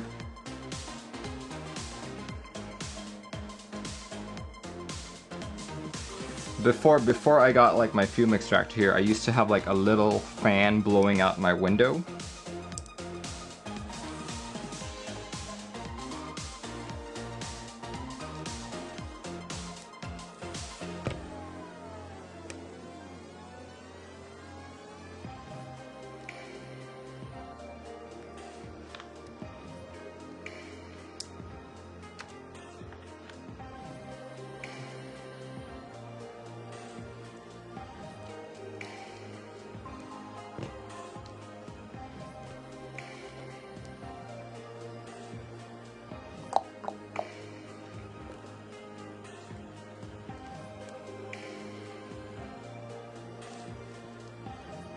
Right, looking good so far.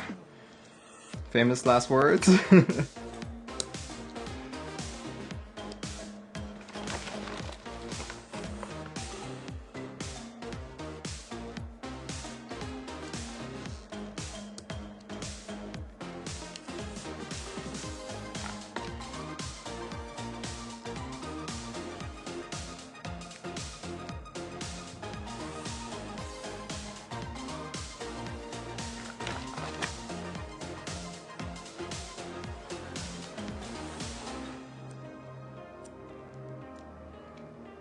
Huh, yeah, that last guy isn't even clipping in properly. That's why there is a danger for this POM plate to like slide. Even after I'm done, I have a feeling this POM plate is going to like slide. So just something I have to warn the customer about. And probably tell him to never cut it from where he cut it. Actually, why don't I mail him right now or message him right now?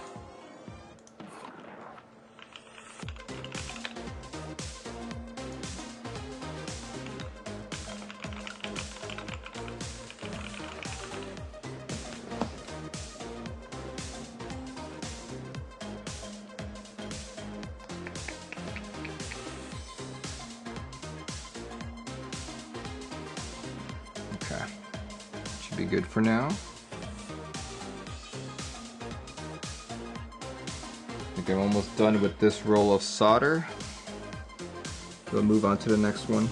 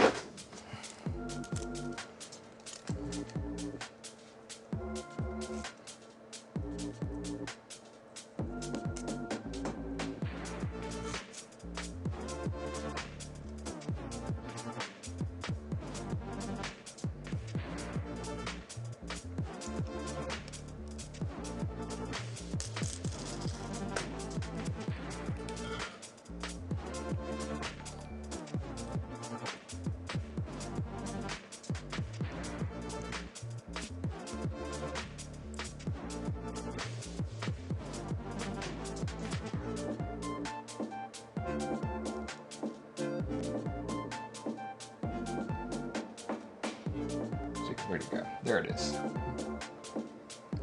See a couple more follows coming in. I see an Epropane Nandugas. Thanks, guys. And Dario Ferreira has subscribed. Thank you so much.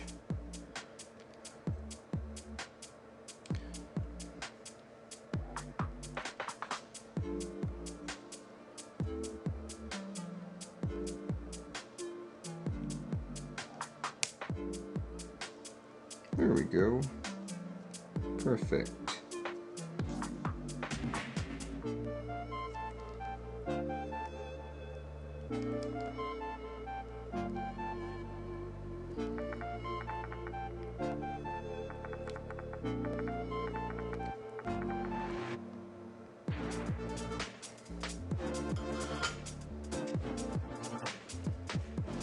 Okay, everything's staying in place. Whew, that's good. Hopefully it stays that way. Here, let's do the top now. Please stay in place.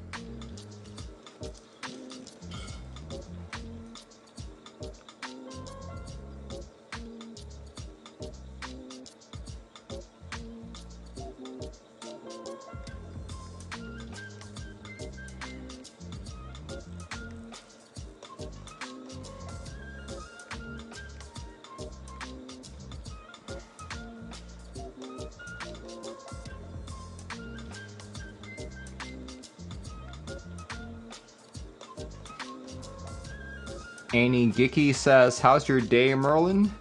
My day is going pretty well so far. Building one of my favorite boards, so it's been a great day.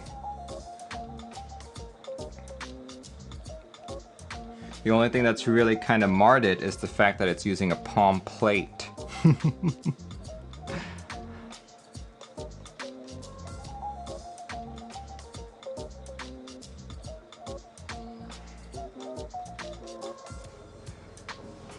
Redeemed Ask Me Anything by Zoomwalt. How long does it take to desolder a board? With a 65% board like this, with my Hakko FR300, I can probably do it in like 15-20 minutes. If I were doing it by hand with a solder sucker, probably an hour 15.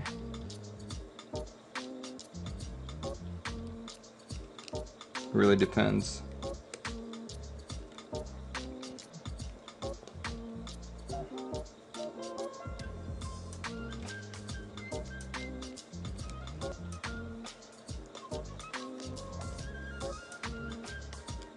Like, to be fair, just because I haven't soldered by hand in such a long time, my speed has probably decreased as well. So in reality, maybe more like an hour and a half to 2 hours. Using this Hakko has completely spoiled me.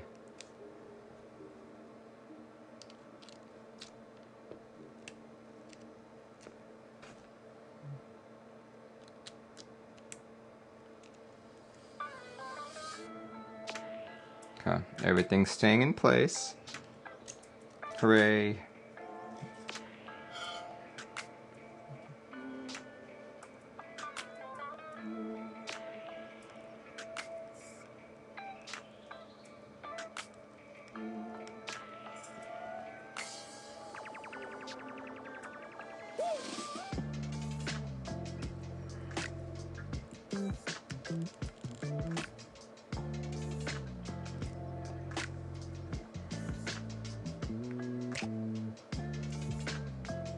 Alright, I think the solder fumes are finally getting to me. I have to turn this on.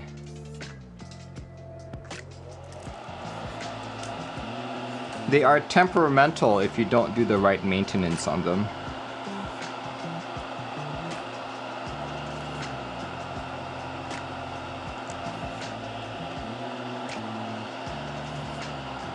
Keep looks like it's going well. Yeah, so far.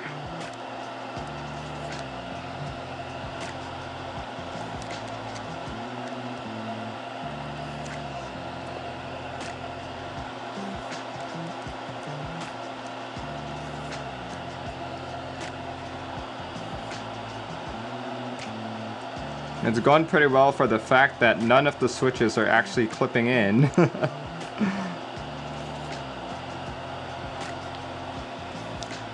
How bent is the plate? Pretty bent. But the bent plate is not the problem. It's just that I feel like the cutouts are too loose, so none of the switches are properly being clipped in. It is what it is. Dude, I thought you were leaving. You're back.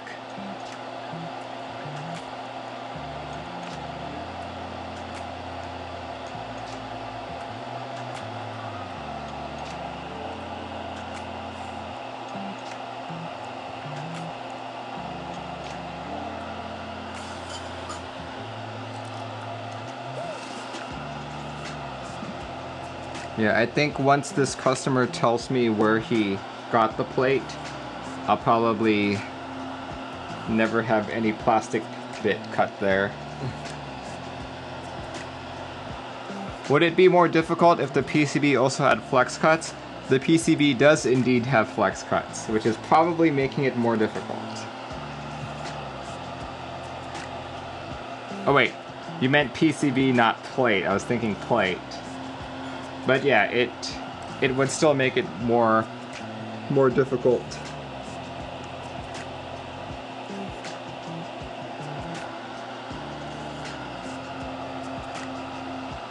All right.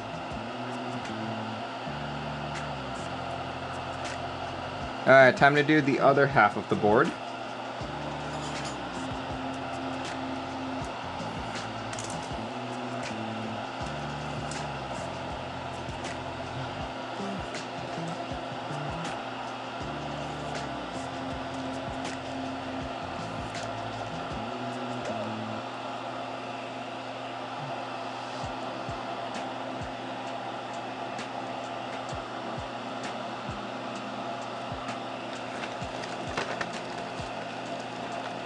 Where are the flex cuts on the PCB? There are no flex cuts on this PCB.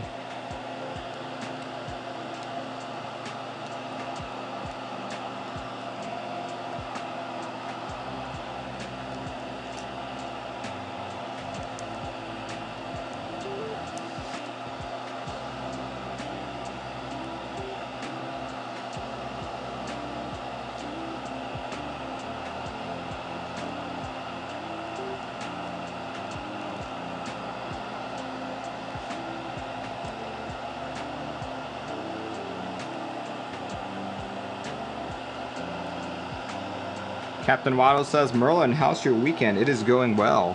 It is going well. So let me talk about my weekend really quick. My wife and I found this meadery. You guys know how I like mead a lot. So we partook in a mead tasting, which turned out to be really good.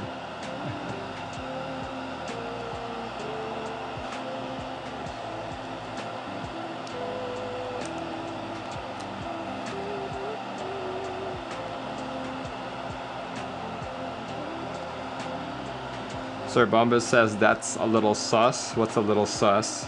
Meaderies?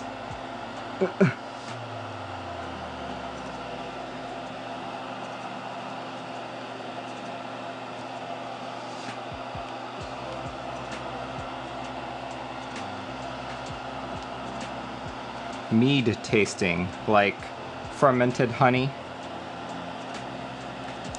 It's the stuff that the Vikings drank.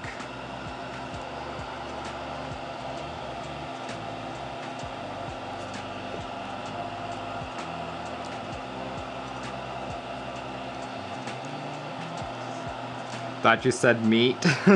No, not meat. See, where would you go for a meat tasting?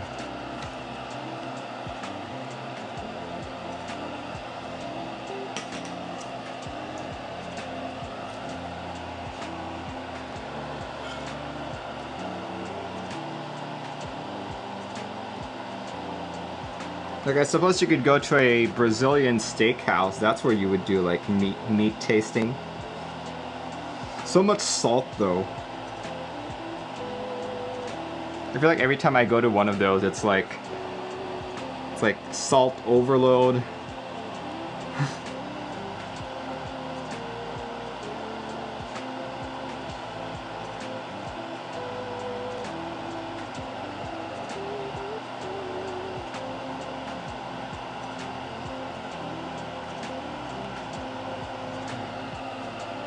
Making you hungry. Burgers Lateral, thanks for joining in.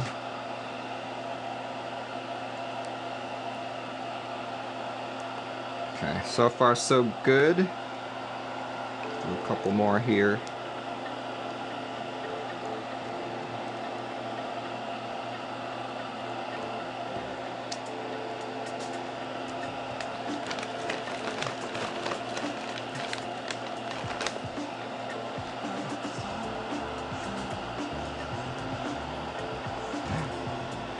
Falcon ZGT has followed. Thank you. Thank you very much. Leo says, whenever I'm in Merlin stream, we start talking about food, I get the munchies. I should do like a mukbang stream sometime. I think the last one I did was last year or something.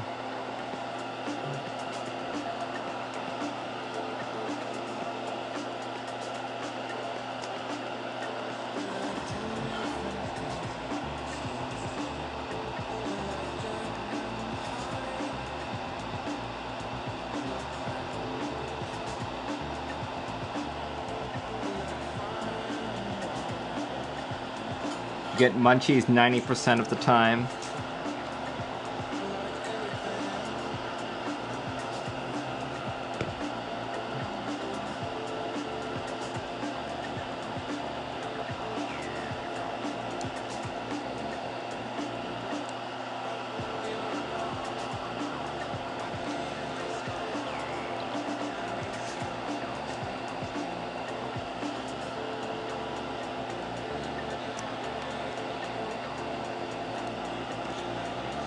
Man, this plate is so loose. I feel like if this customer were like gaming, and like he got pissed off one day and just slammed on his board, the plate would sink. That's how unsure I am about this plate.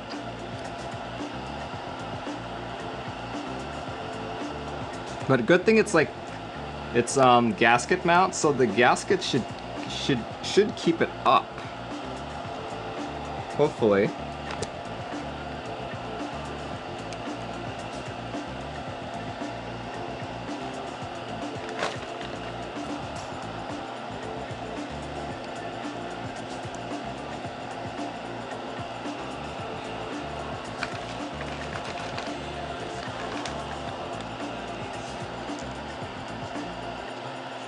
Would you buy GMK Holo if someone made a set for it? Maybe. We'll see.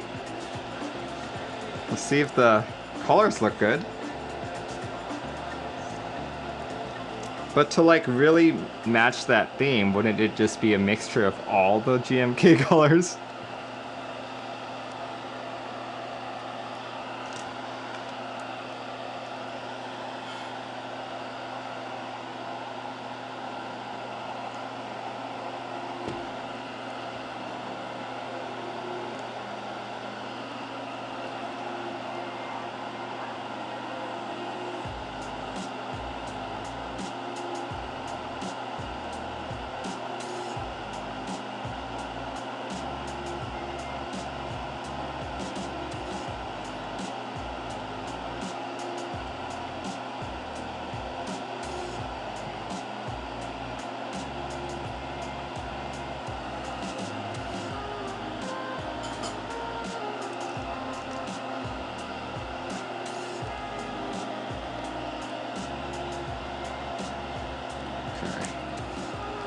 Stupid POM plate, why are you so difficult?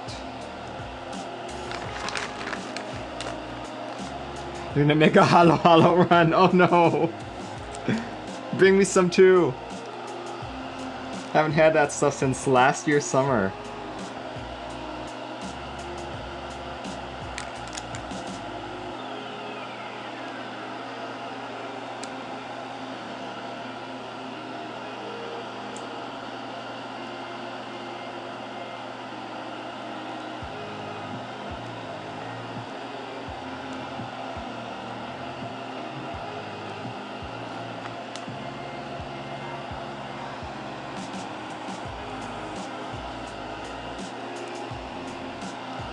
Man, I'm like, whoever filmed and lubed these switches bent so many legs. Nawin has followed, thank you so much. Yeah, this switch is not usable. Here, this one's slightly better.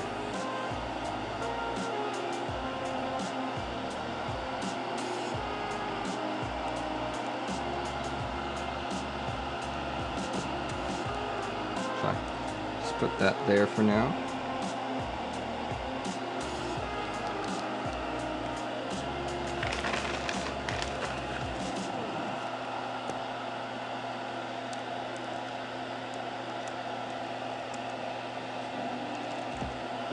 This switch isn't even closed properly, what the heck? How does one bend so many switches? I suspect when you're lubing and filming and you're not careful. It tends to happen.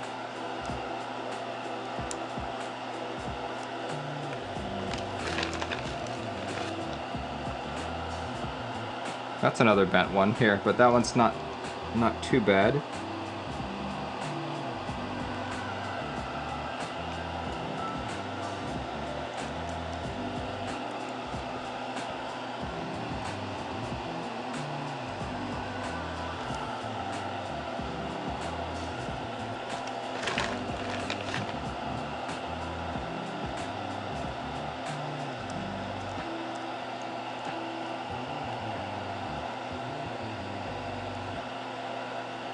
There we go. There we go. I can solder in the rest of them.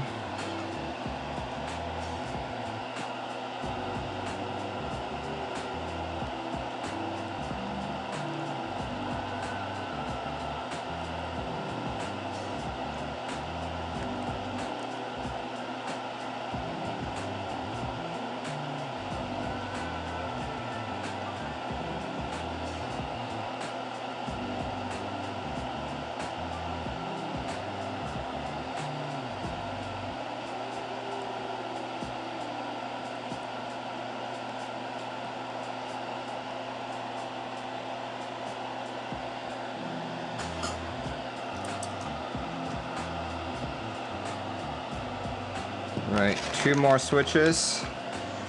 And yeah. So because I was so worried about having to desolder again, I actually only soldered in 1 leg of each switch. But so far so good. So far so good. Okay. And let's see, what did the customer want for his caps lock key?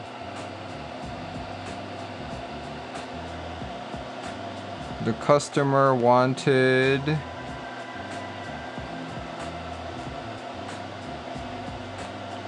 Sanguine layout with split backspace. Okay, that's fine. Regular caps lock.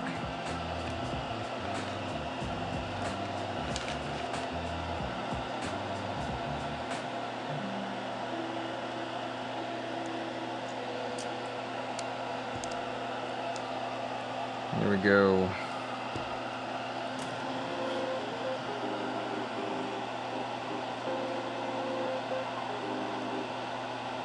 Perfect. Okay. Can solder in the rest of the switches. This should be fine. I somehow managed. Looks like the plate. Oh, it's definitely like on the edges here. That it's not. Oh no, actually it's good. It's good. It's good. Tornado says, "How do you spell Sangan?" You are spelling it correctly. Oh, actually, it's G-A-N, not G-E-N.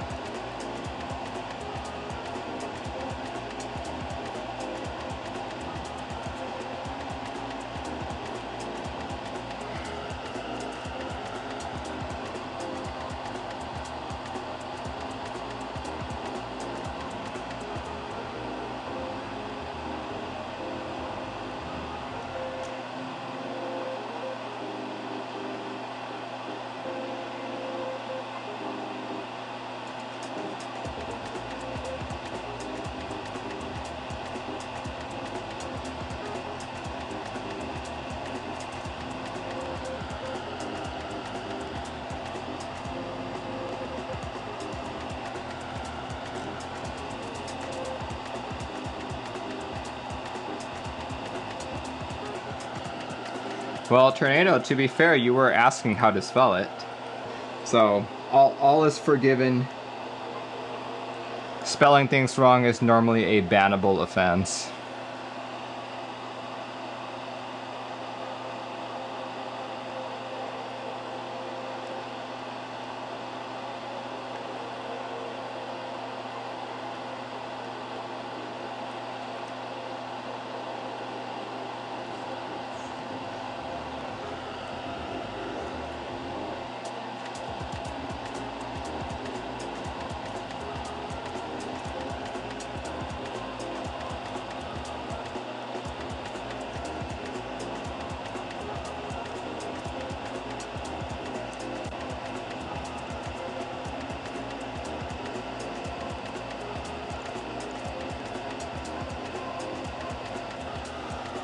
You're so lucky. Indeed you are.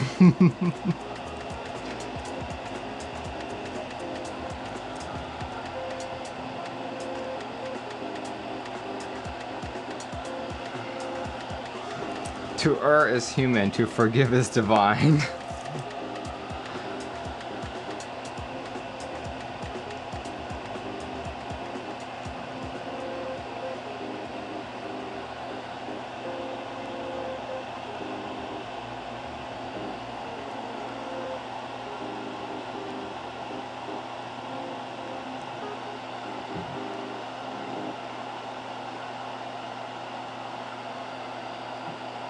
Aha! I see a switch that it's not completely flush.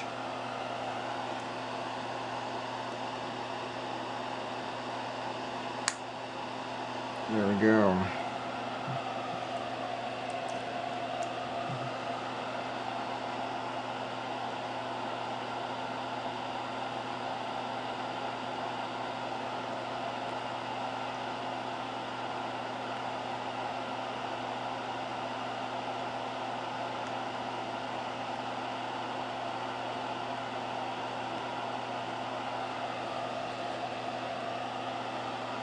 Would I recommend a TS80 or a TS100? I have no experience with either, but the TS80 was very highly regarded. So I'm assuming that the TS100 is a upgrade to that.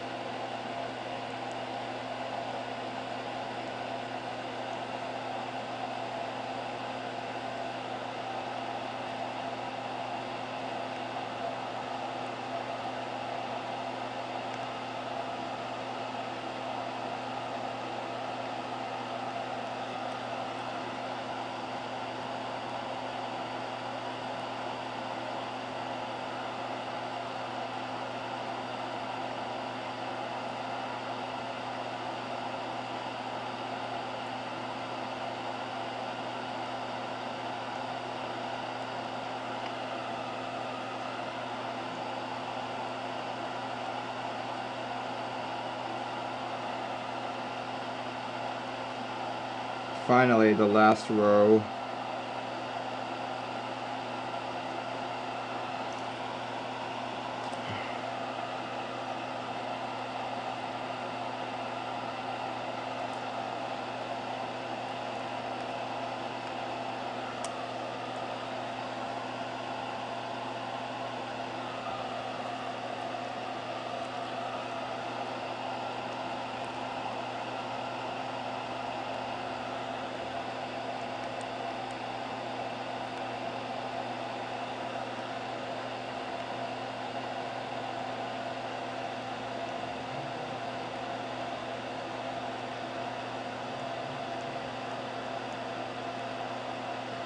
And we are done with the soldering. Let me just examine all of my solder joints, make sure that they're good. And it looks like our music just finished as well. Let's see. Let's do a different playlist. Let's do this guy right here.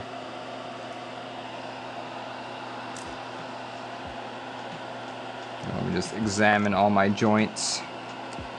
Make sure everything looks nice and conical.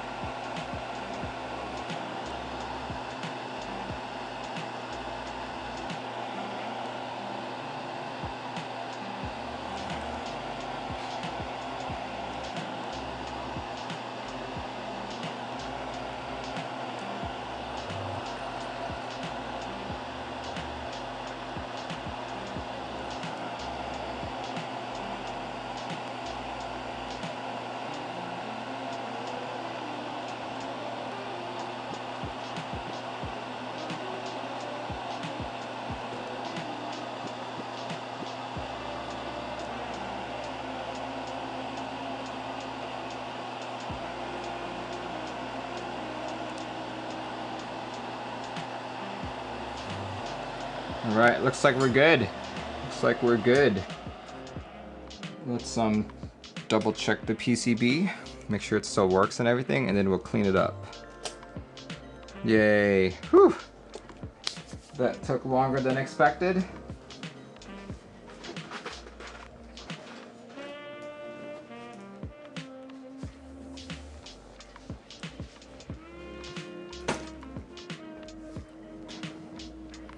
Alright, there goes.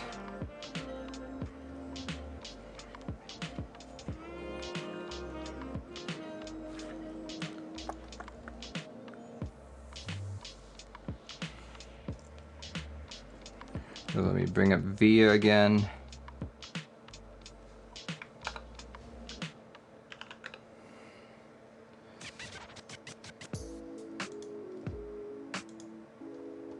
There we go. Let's plug in the board.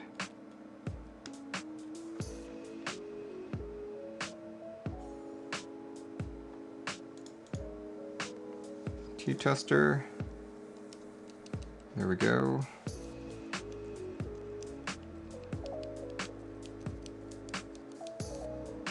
Oh, yep.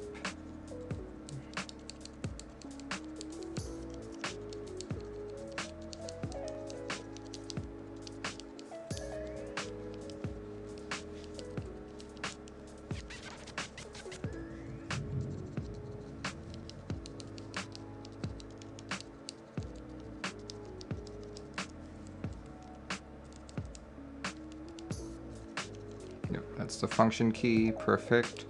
That works too. And the board works, excellent. Just the way I like it. Let's go clean up the PCB a bit so it looks presentable. Ah.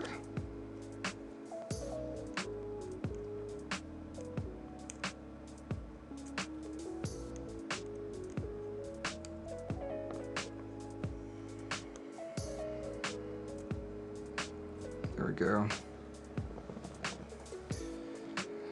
Time to clean up the PCB. The way I like to clean my PCBs is to use isopropyl alcohol and a toothbrush to clean up all that residual flux.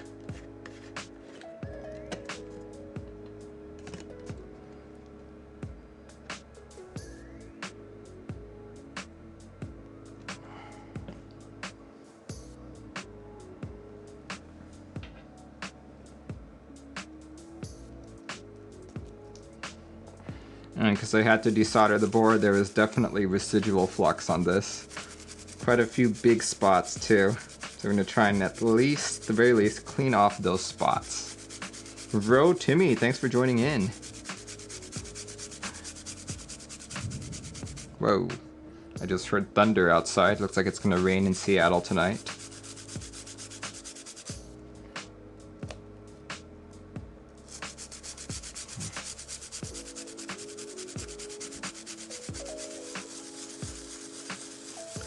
There we go, residual flux coming off, little by little.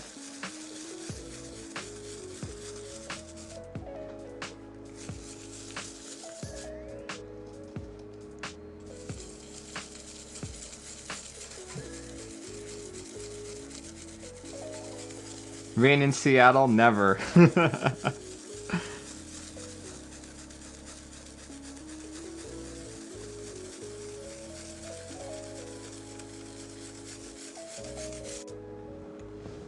And Bookmonger subscribed at tier 1. Thank you very much.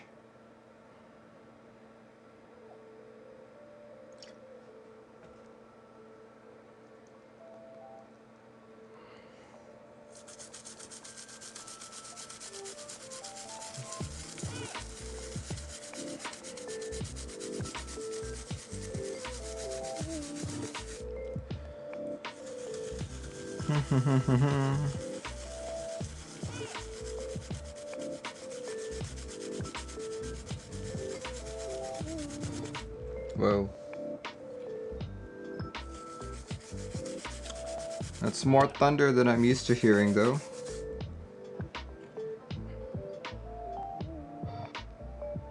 Yay.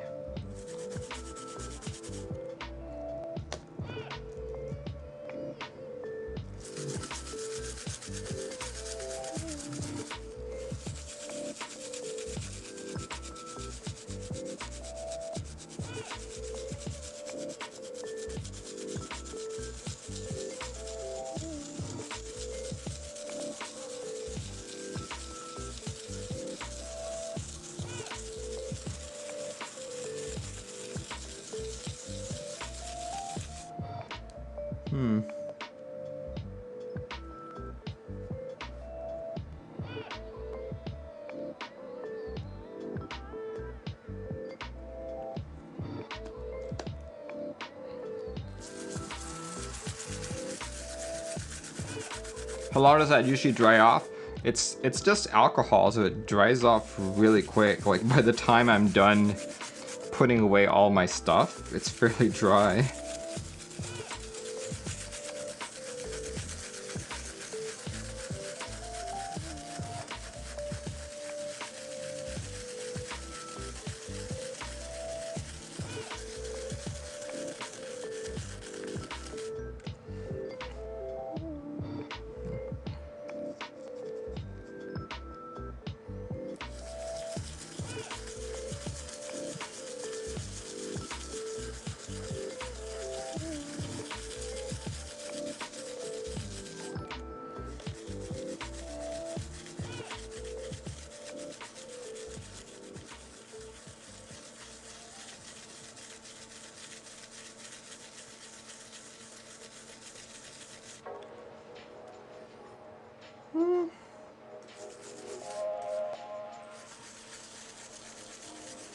There's only really a problem on the stuff that I had to desolder, but everything else was seemed okay. And Geki says, does that leave an alcohol taste when you brush your teeth? It leaves a flux and solder taste, but absolutely zero alcohol taste.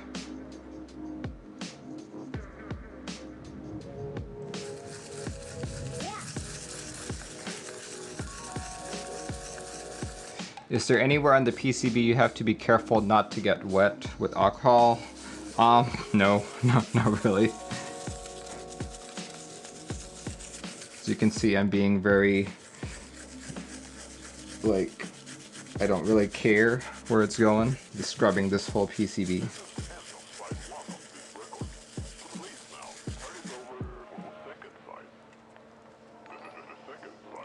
There we go, I think that's clean enough. But unfortunately, whenever you do this process, you tend to make the whole PCB sticky because you end up spreading all of the flux. So next you need to grab some Q-tips just to wipe it off.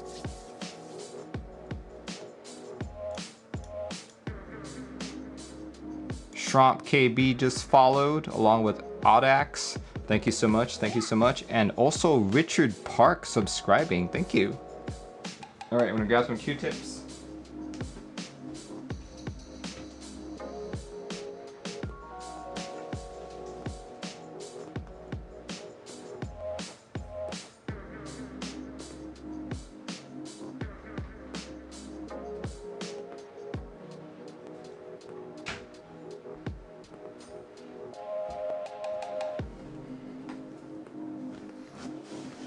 The toothpaste of wizards, says Peppy Toad.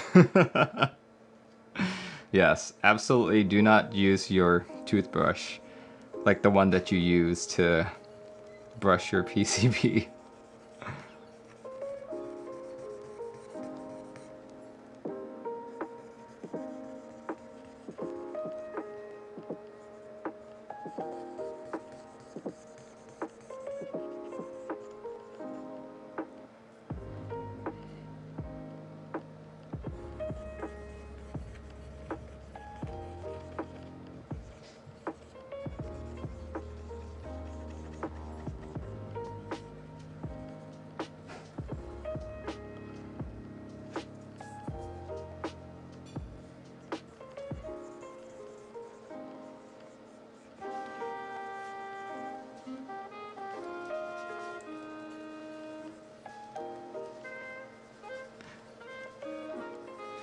It's funny, I think someone once told me that, oh Merlin, you should like sell your own brand of like alcohol or something and call it Wizard Wipes.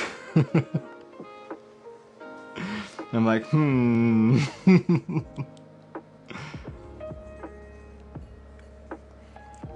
Wizard Wipes, clean the flux off your PCB.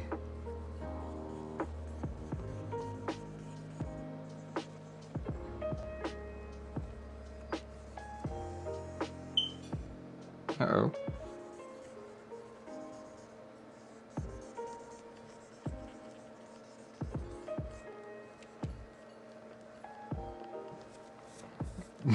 Stonks, yeah. Let's see. That's still sticky? A little bit. Use a little bit more cleaning, I guess. Other than that, I think we should be good.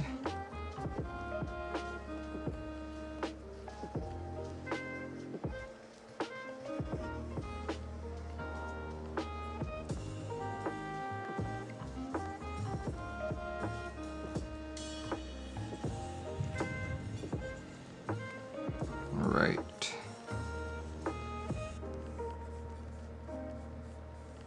We are good. We are good.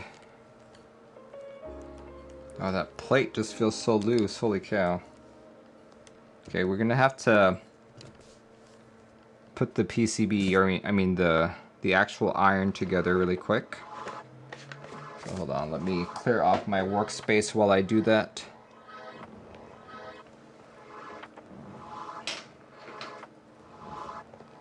Let's put this somewhere safe.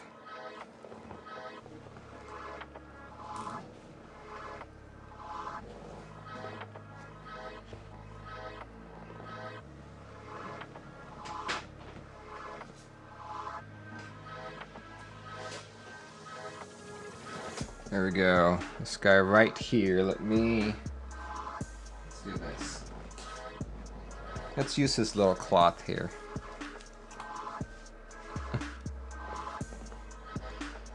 So we gotta take out the plate, and then we have to treat the case with the gaskets. There we go. We need the right bits. What are the right bits?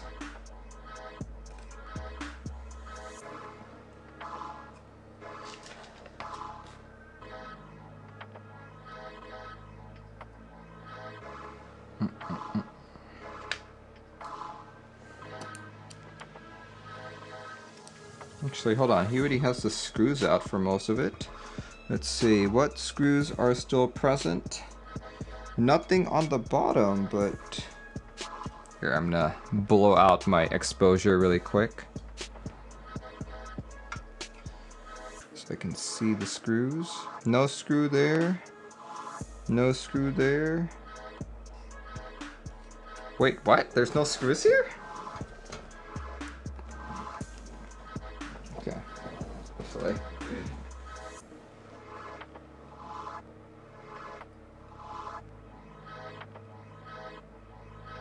I have to use a little flashlight.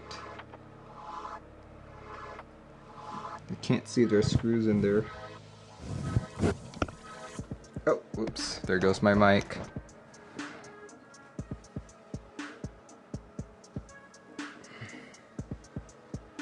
Okay, there's a screw in all of them, from the looks of it. No problem. No problem. We can take care of this.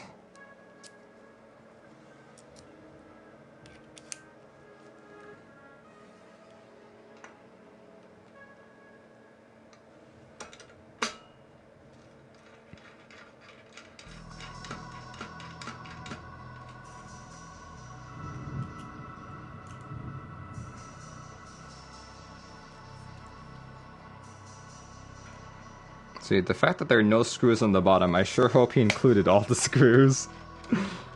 Because once the gaskets are like in, this board isn't gonna close as nicely. Let me look for them first.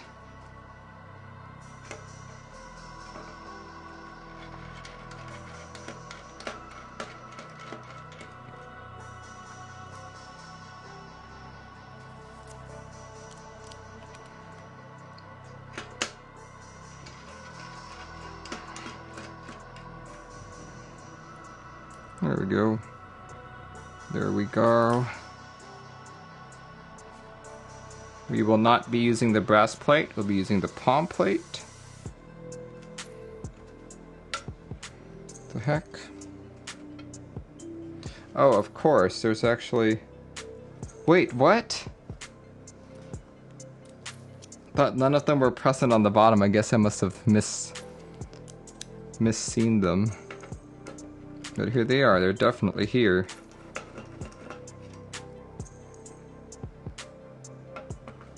This black on black is really hard to see.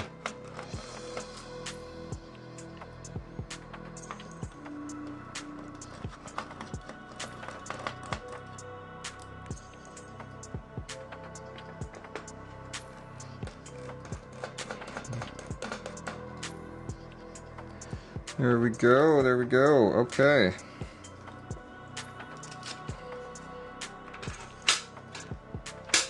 Come on. Beautiful. Okay. Out with the brass.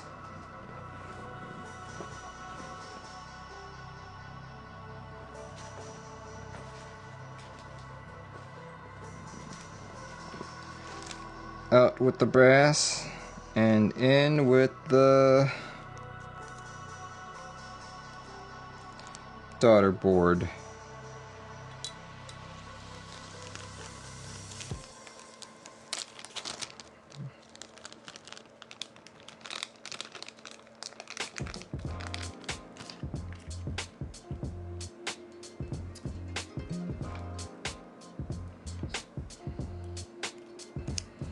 If I'm not mistaken, I don't think these screws are magnetic.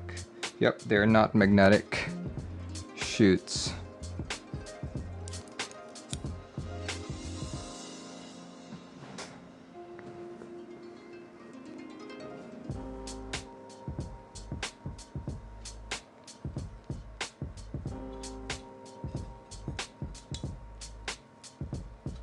I just gotta align it properly, and we should be good.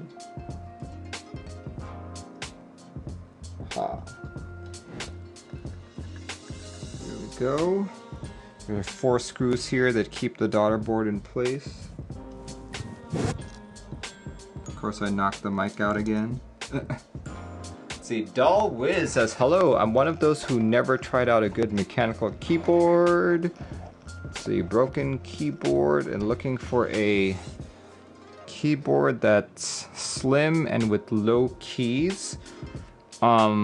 Typically in the enthusiast segment, those types of boards are not as popular. I would probably look at like, I think that some of the OEMs like Red Dragon have boards like that. Or you could probably look at some of Drop's boards. If you're into TKLs, there's the Drop Control, there's the Drop Alt if you like 65s. You know.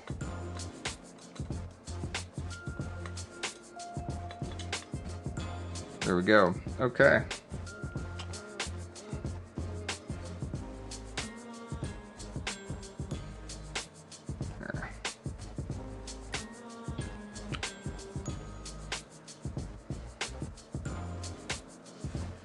Okay, next up, we need to actually put the gaskets in.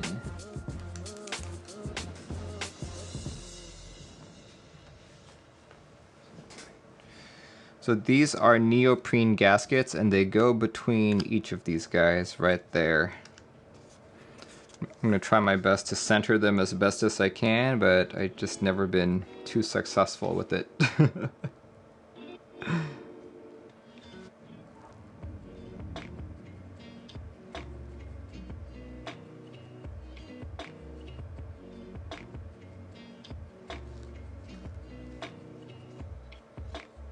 There we go.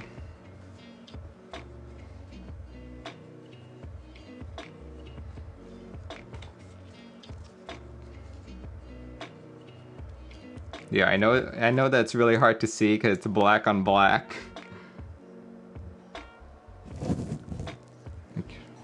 My hat keeps hitting that mic, so I'm gonna move a little to my right.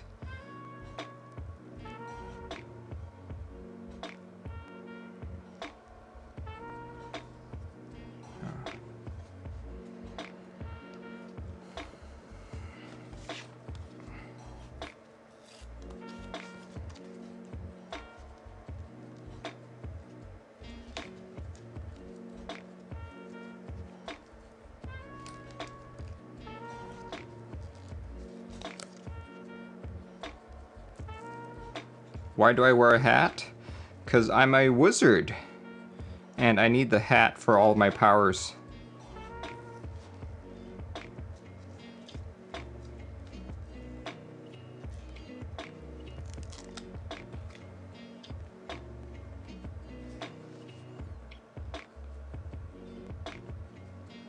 Without this hat, I would be nothing.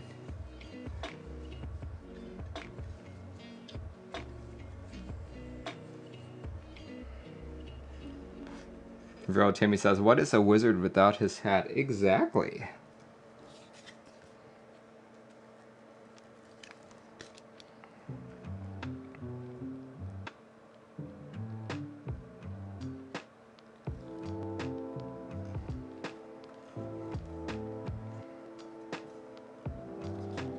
I'm actually balancing a keyboard on my head underneath the hat. Oh my gosh. No, one of these days I'm actually gonna hide a keyboard there and just pull it out on stream.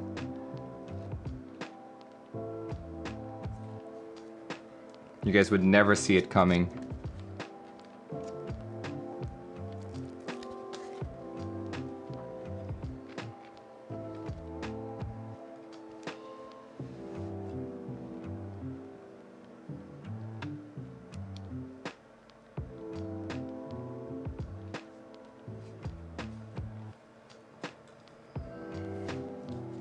Now we would though, but you wouldn't know when. That's the thing. You would have to keep guessing as to when I would actually do it.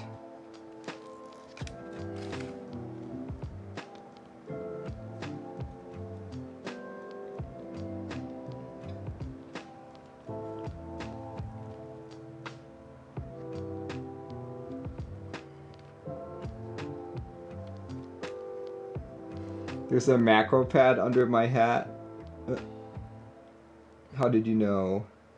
How did you know? Oh man, these side ones are the difficult ones. Here, it'll be better if I do it this way.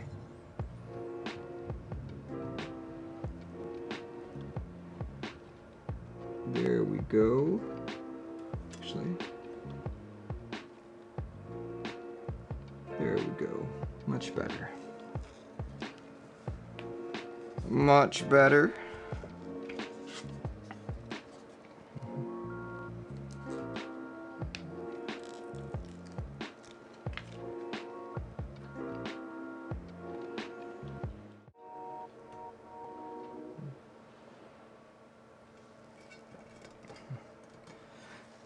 Tom Lucidor. Oh, thanks.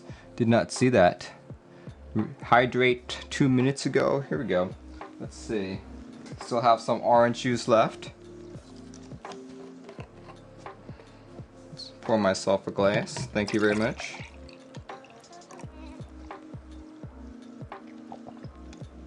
There we go. Zoom Walt says, Merlin, how do I maintain my Hacko desolder gun? Keep it clean. The way I do it is every time I desolder an entire row, I use one of these to like clear it out. Between each build, I clear out this canister, and between each, or every 3 to 4 keyboards, I clean out like the actual filter on the bottom here, or actually I just replace it.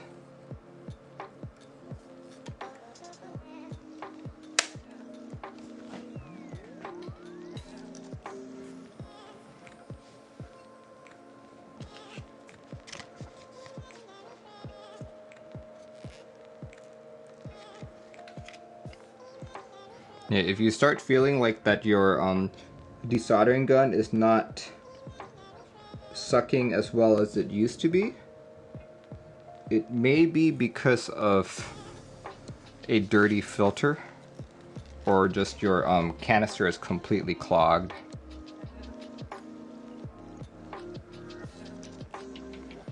You peel off a layer from the filter. Oh, I did not know you could even do that. I just replaced them because it's like $7 for a whole pack of 12 or something. You know? Oh, that didn't go on properly.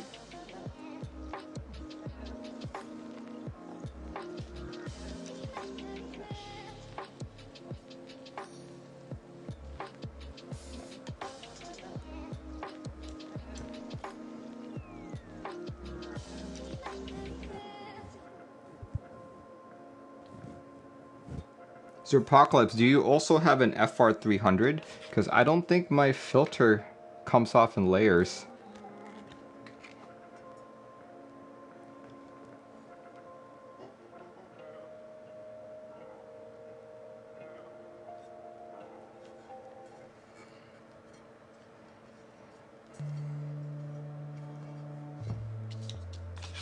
You have an FR301. Ah, okay, that's the upgraded version of mine, so it could possibly come off in layers.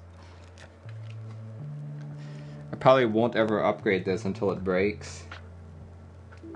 Or if they stop selling nozzles for it, that would probably be the killer.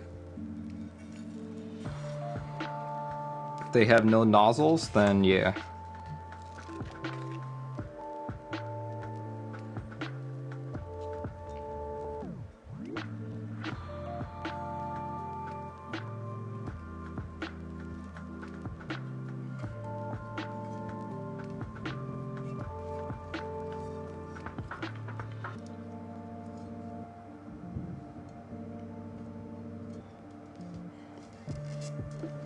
Yeah, like the FR301 can use the same nozzles as the FR300 and others, whereas the FR300 is limited to only FR300 nozzles.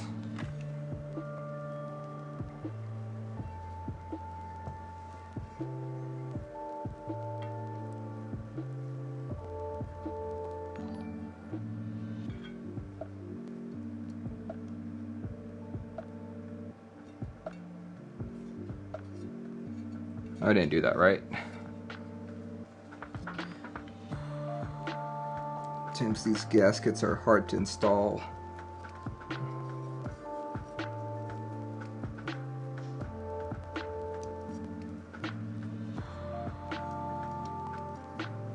There we go.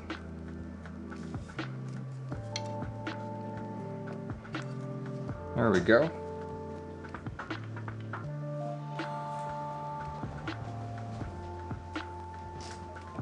There we go. Let's do that.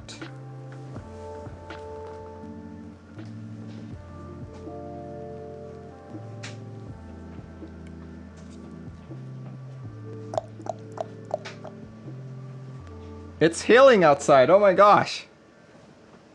I can hear that.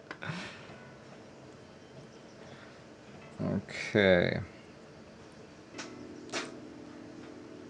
Whoa.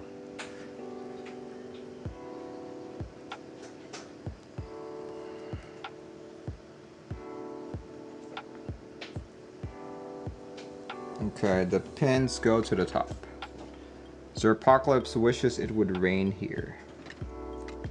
Where is here again? Forget where you're from, Zerpocalypse.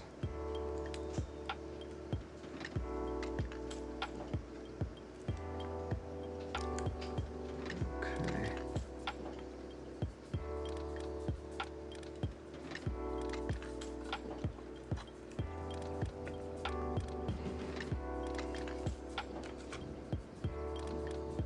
Orange County. Oh yeah, okay. Oh man, that is so incredibly flexy.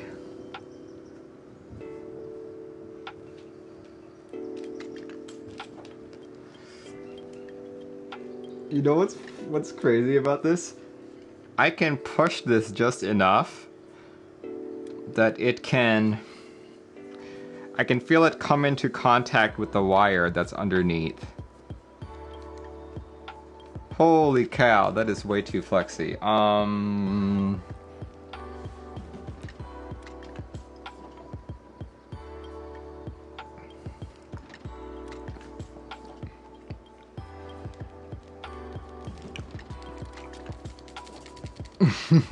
Okay.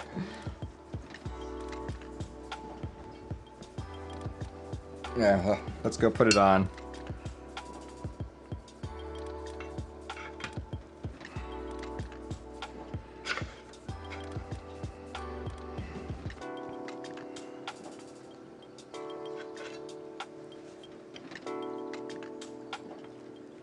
Trampoline keep, says Leo. Yeah, probably. Not sure if you guys can see that on stream, but the flex is very noticeable.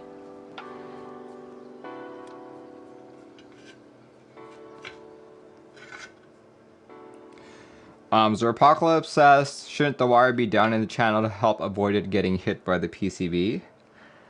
Exactly. That is how flexible the PCB is. I mean, the plate is. So I'm honestly a little bit concerned.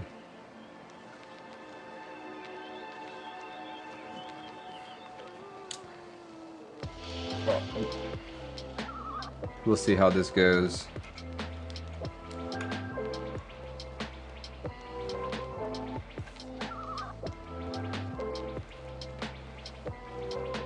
Discriminate says, oh baby, is this a client build? Yes it is. It's a client build. I don't know, I feel like this is like an accident waiting to like happen. Because of that, I'm gonna put some foam underneath it just so it doesn't short, or just so it doesn't come into too much contact. Yeah, this is just like an accident waiting to happen. Especially if you type way too hard.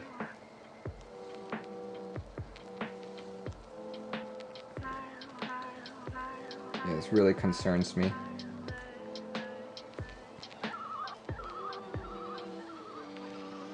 And the customer can remove it if he wants, but I'll put the foam in for him. Usually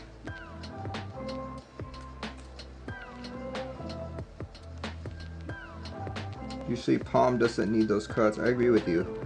I felt that the POM was already way too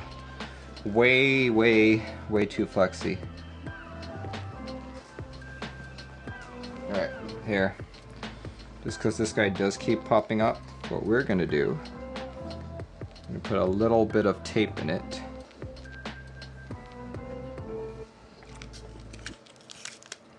A little bit of tape. Just to hold it in place, and then we're gonna put some foam over it, over the top.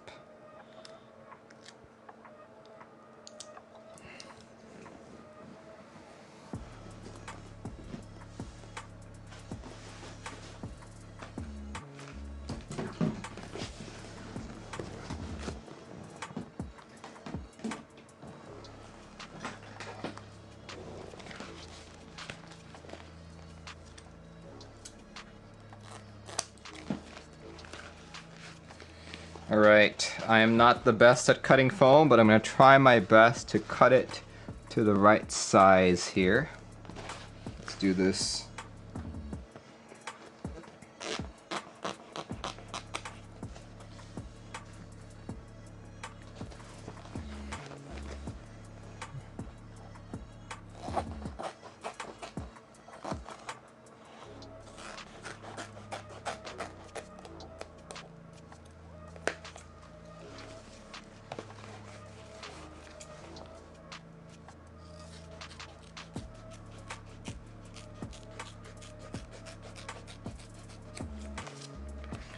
Alright,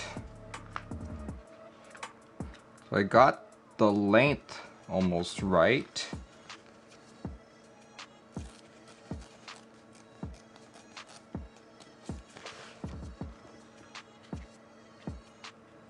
There we go, perfect. Just have to work on the width.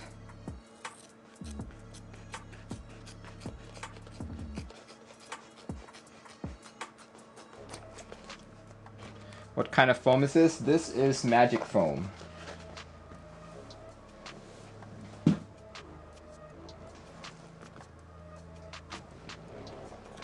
And I quite literally mean magic foam. That is the brand.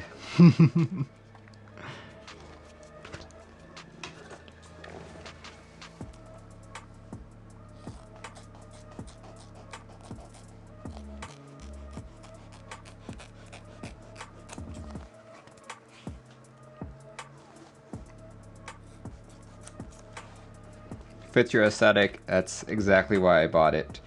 Alright, just a few millimeters short.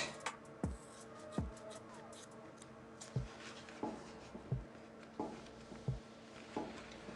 little bit more.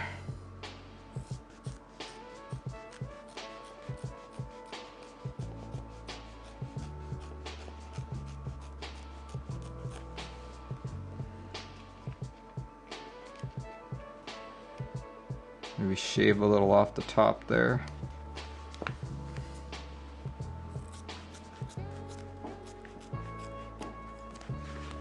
There we go. There we go. Perfect. Which shelf liner is that? This is literally magic shelf liner. I cut a little square hole here.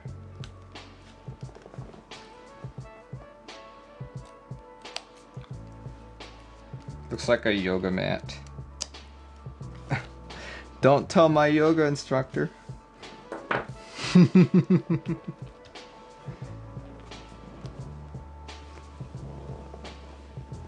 Discriminate says, what's your favorite Filipino dish? I am a big fan of mongo, caldereta, and michado.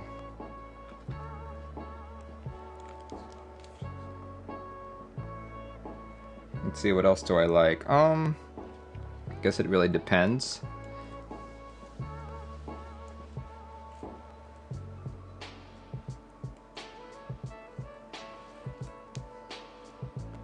Kare kare, I guess. Honestly, I haven't had kare kare too much, so I kind of forgotten how it tastes like.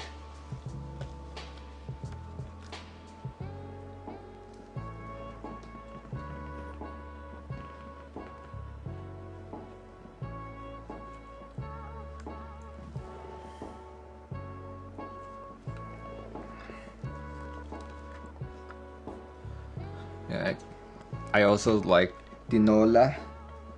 Tinola.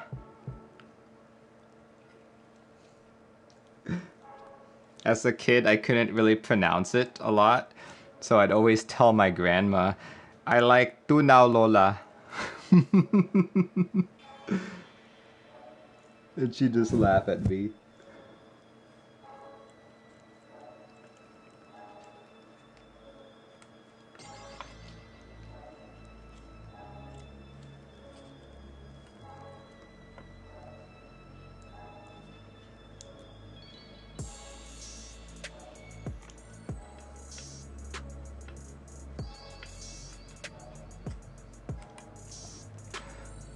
Chocolate meat, dinuguan. I am a big fan of dinuguan. So yeah, we'll gladly eat dinuguan.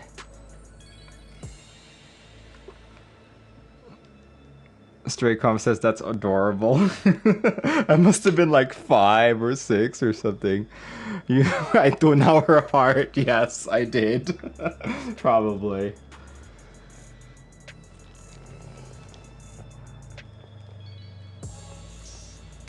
Blows your mind people would pay 2 to 3K for an iron. It looks nice. Like I personally would not pay that much for one.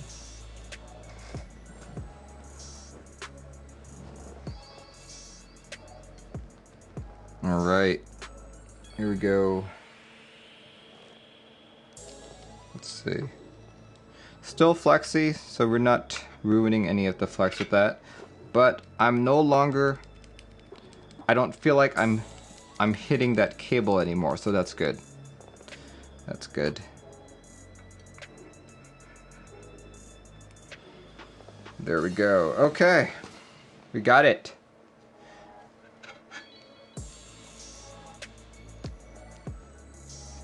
We got it, folks. Alright, here is the part I like the least.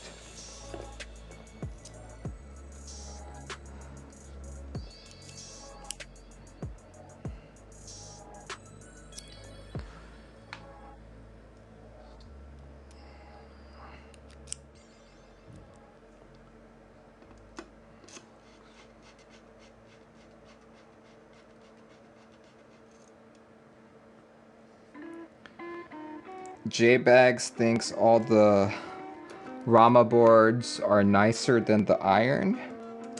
I disagree. The iron's one of my favorites.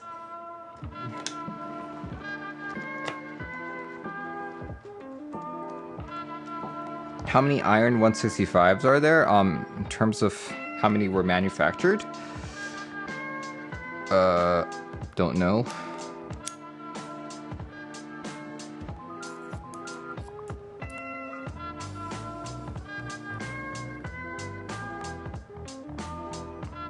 Like, actually, this same customer who sent me this board, he has another build for next week, and it's going to be a key cult.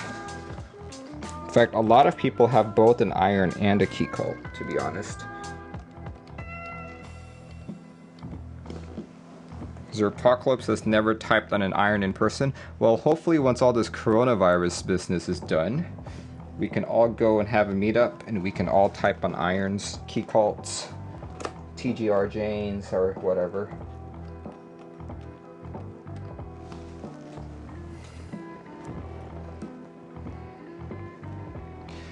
How does anybody get lucky enough to get both? Don't know. Money. Zerpocalypse would like to meet up in Seattle. Yeah, you should definitely come. Seattle has one of the largest meetups in the community.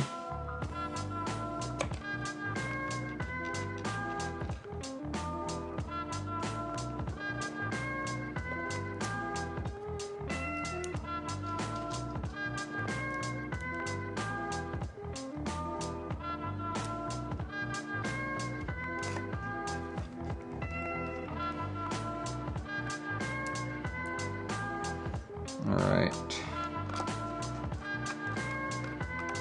Okay, let me just make sure everything is tight enough here. We'll go put on some keycaps, do a typing test.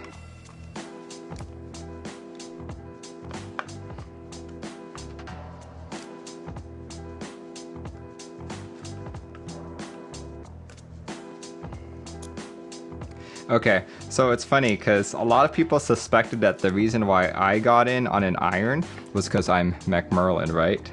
So I started thinking that maybe that was why. So I reached out to like Smith and Rune and was like, yeah, because like just like a few weeks before I had gotten in on the key cult.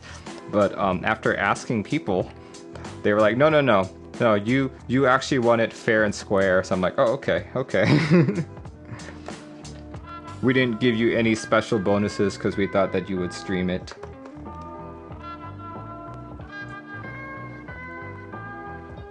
Alright, here it is, folks.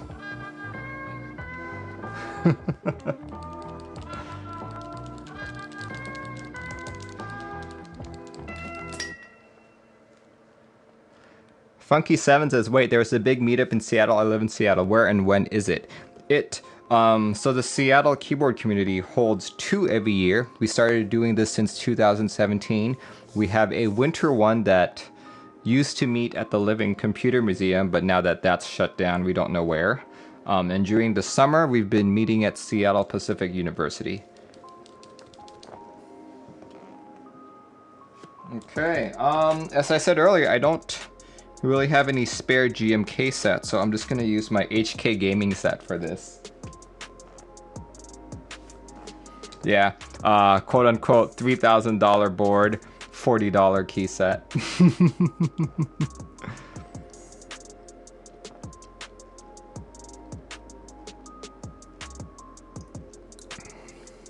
How fitting.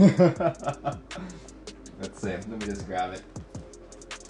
Oh wait, let's go put on the feet.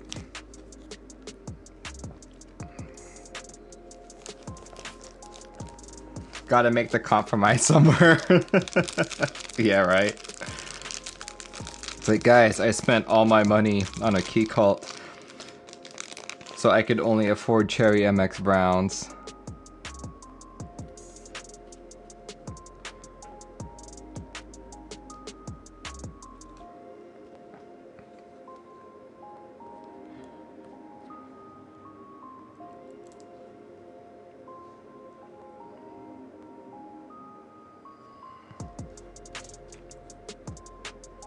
Getting lucky and winning raffles.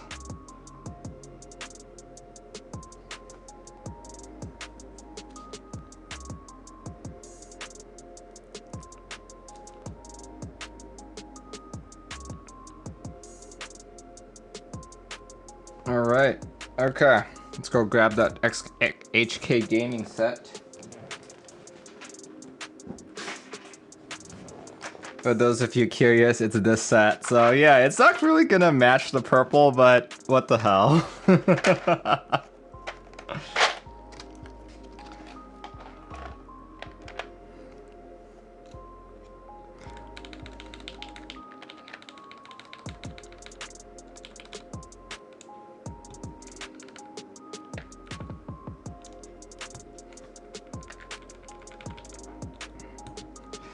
So Zerpokla says, usually if a raffle is rigged, it's because someone knows someone. So that implies that rigged raffles do exist. Contrast matching time. Yeah, this is gonna look completely out of place, but it's the only key set that I have right now. Like, I would have to take apart another board to put better key sets on it. And as some of you know, I'm colorblind to purple, so I don't really have a purple color-weighted key set that would match this anyway.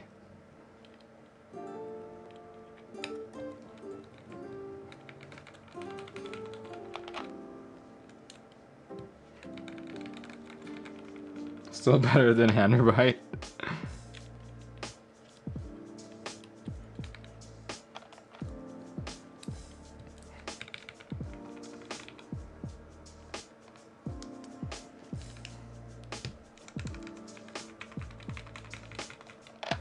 Kind of works so far. Well, wait till I put more yellow on it.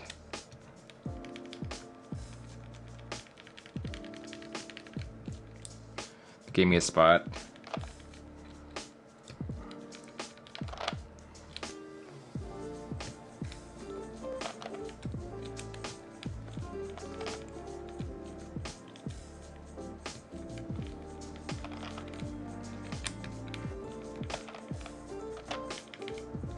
Bingsu, yeah, Bingsu would look good on this. But I do not have Bingsu, nor did I get in on it. I think if we disregard all the mod colors, this would actually work out.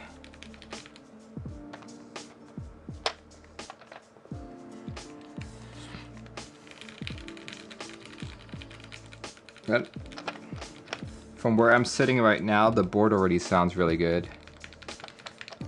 Cyber Sam says, how are the inks compared to regular blacks? Inks, hands down, are probably the smoother and sound almost as good.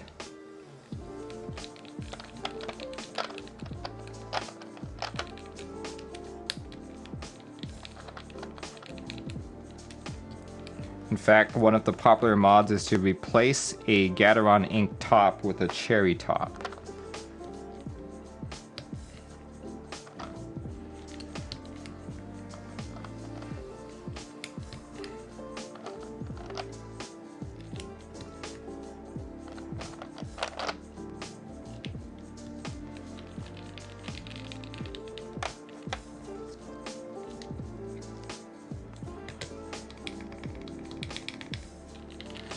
Favorite linear says I has Gab.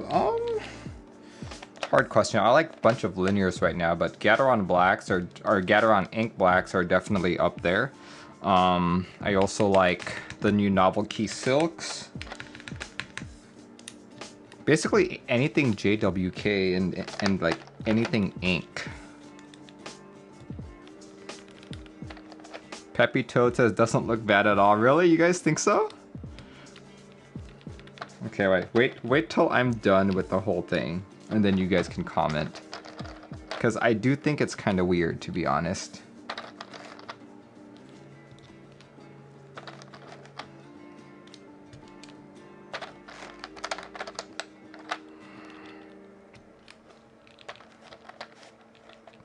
Do you really like your red silks?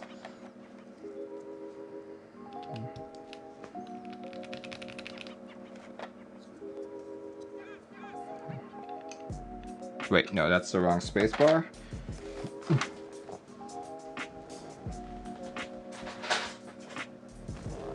I want this spacebar.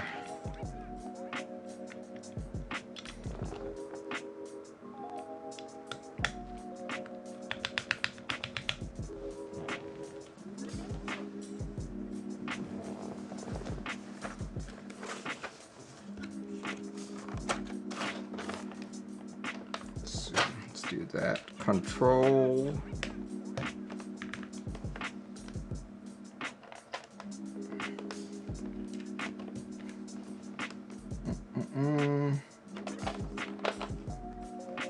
Alt.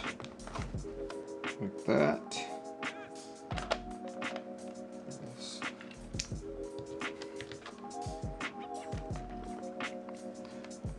Doesn't look bad at all. Are you guys serious, or are you guys just full of sarcasm?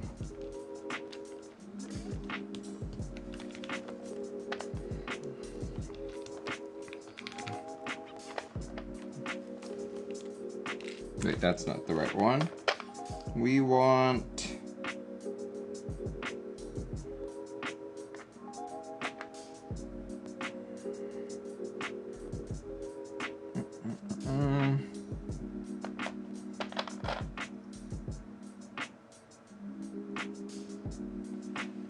Let's put that there for now. You think the tan works with the plum color?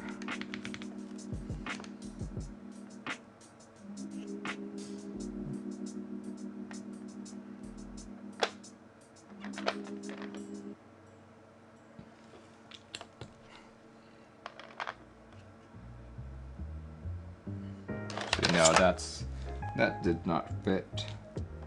Let's do page down.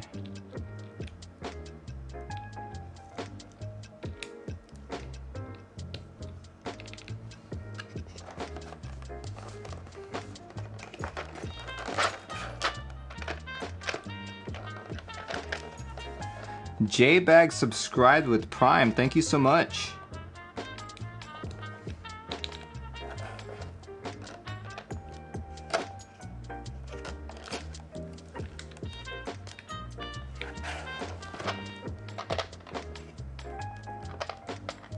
Alright, so HK Gaming Set doesn't have quite the right modifiers.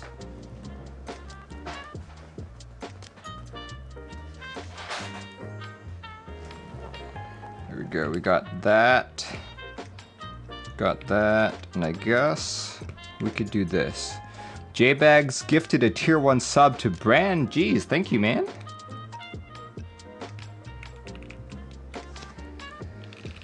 Alright, yeah, what do you guys think?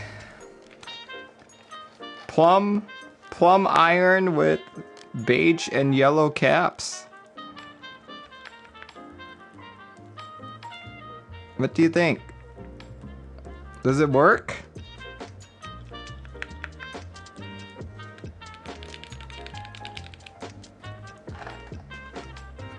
Actually kind of nice. For a $40 set, it's pretty sweet. Alright, let's do a typing test.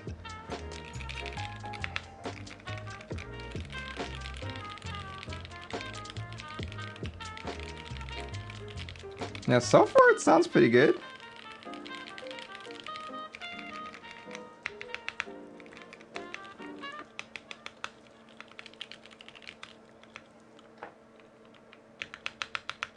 How does the plate feel?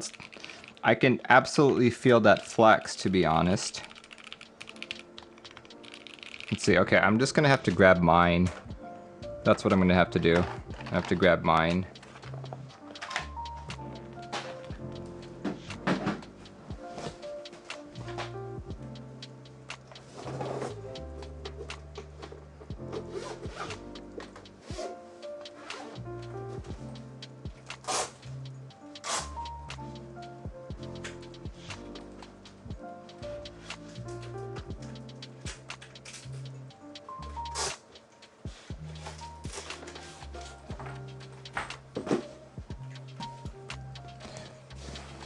There we go.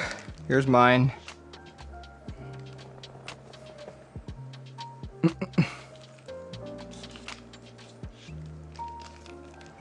Mine has NK silks. So I'm gonna say just off the bat, I think this board sounds better than mine.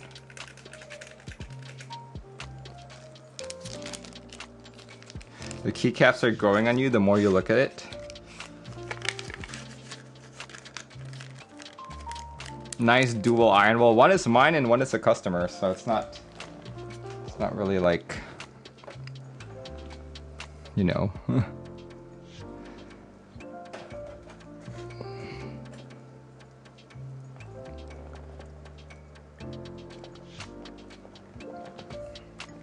Alright, let me just clean up here before we do any typing tests and whatnot.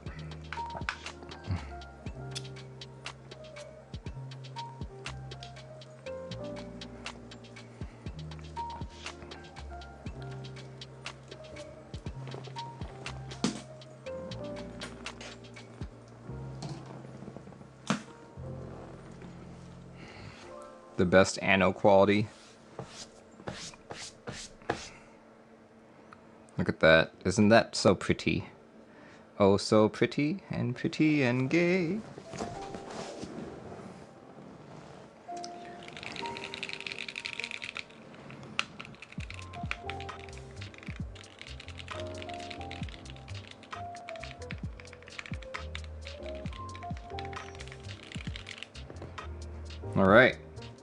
Alright, so before we do the typing test, I do want to take a moment to talk about some of the wonderful people who make this channel happen.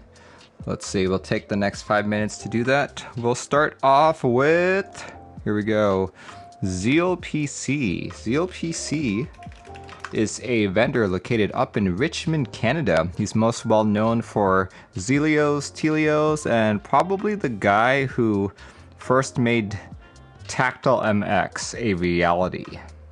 So yeah, if you've never heard of him, he does unfortunately have some of the more expensive switches, or not the more expensive ones, but the most expensive switches in our community.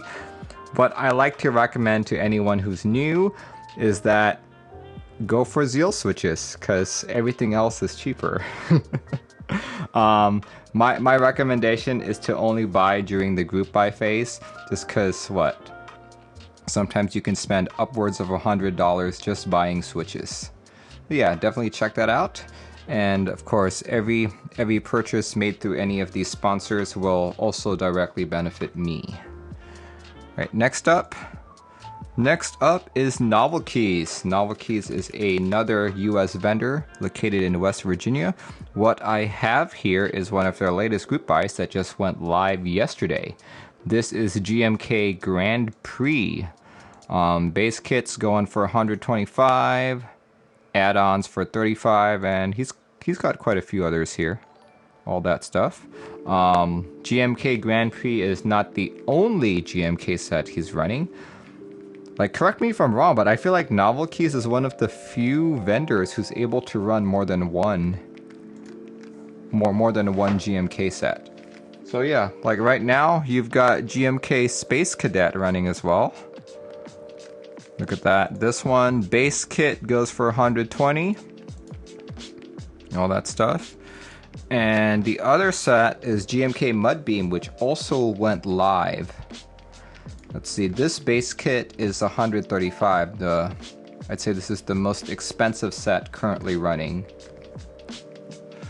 Yeah, so if you guys look at that link I sent, if you use discount code WIZARD, you can get 5% off all items except for those that are in pre-order or group buy. So if you haven't already, let's see, hold on.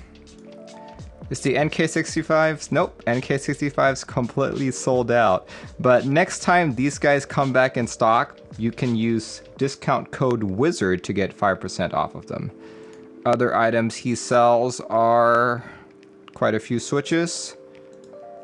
And of course he's out of stock just because these are so popular. Oh look, the dry series from JWK.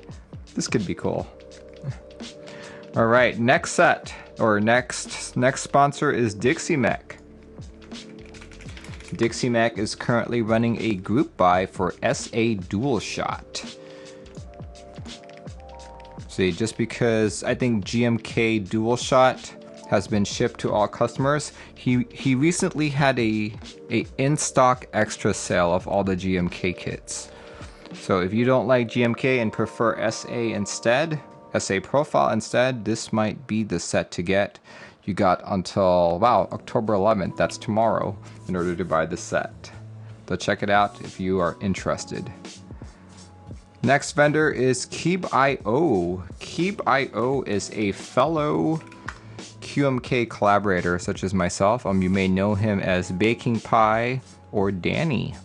He sells quite a few of these little keyboard kits, like the Iris split keyboard, or the Sync, the split 75%, if that's more up your alley. Check it out, the Sync is a split 75 with a rotary encoder. That's so cool. One of his more popular kits is also the BDN9 3x3 macro pad that supports 2 rotary encoders. And as you can see on that link in chat, if you use discount code robeandhat, you can get up to 15% off on select items. Definitely check that out if interested. Next vendor is Cannon Keys. Cannon Keys is located all the way in Rhode Island. I believe earlier on we were having a discussion about GMK Red Dragon. He's currently doing a group buy of this set. This is another Rensuya set. It's part of his Avatar series key sets and all that. Look at all that. The base kit goes about $135, so it is more expensive than the other GMK sets that I just talked about. Nerve Rack says, what's the benefit of rotary encoder? Just something like a volume knob. Whatever you want it to be. You can use it to change your screen brightness. You can use it to change your lighting brightness. Volume's probably the most common use case. See, Feeble Minded says page up, page down. Yeah, that's another one. See, next up is Project Keyboard. Project Keyboard is currently running a group buy for GMK Noir. GMK Noir is a set created by Apiary, another popular Twitch streamer in our community here. I think I always mention that this is very similar to JTK Suited Assassin. I keep mentioning that because I regret not jumping in on that group buy. I jump in on this too, but as I said earlier during the stream, I can really only afford to buy one GMK set a month, if any. And I'm going with Novelkeys GMK Grand Prix for any of those interested. But yeah, let's go back to Project Keyboard here. This base kit goes for 140 bucks. And of course you've got other kits such as the Novelties, and you've got desk mats, and of course a Salvin cap as well. Last but not the least is a keyboard store located here in Seattle, Washington. Not Seattle, Washington, rather Kirkland, Washington to be exact. This is keyboardlube.com, and as you can guess from the title, they sell lube. In fact, what's currently in stock is 3 milliliter variants of GPL 205G0.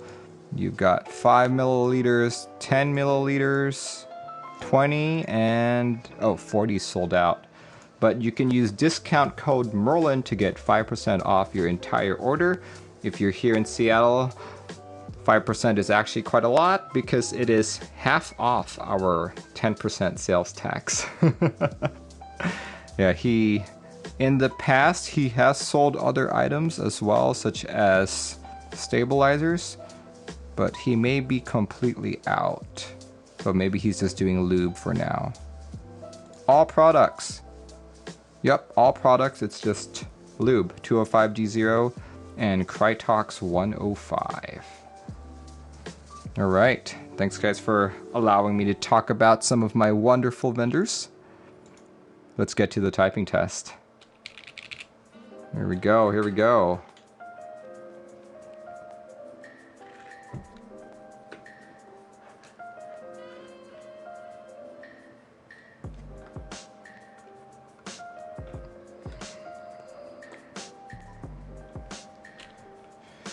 Let's see, how should we do this? Let's do...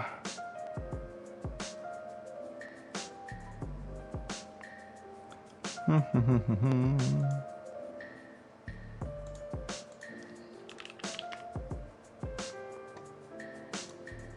we go. Let's pause the music a bit so you guys can hear the sounds. And point my camera, or point my microphone down. There. Let's see. Let's just. I'm not going to show what I'm typing. I'll just let you guys look at the board. I still need to set up that scene.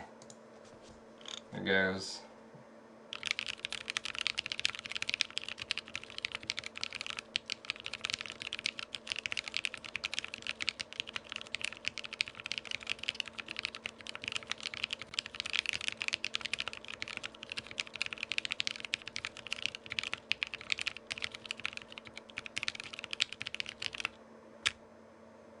There we go. Let's do a couple more. And let me adjust the mic a bit so you can see the whole board. There we go. Let's try again.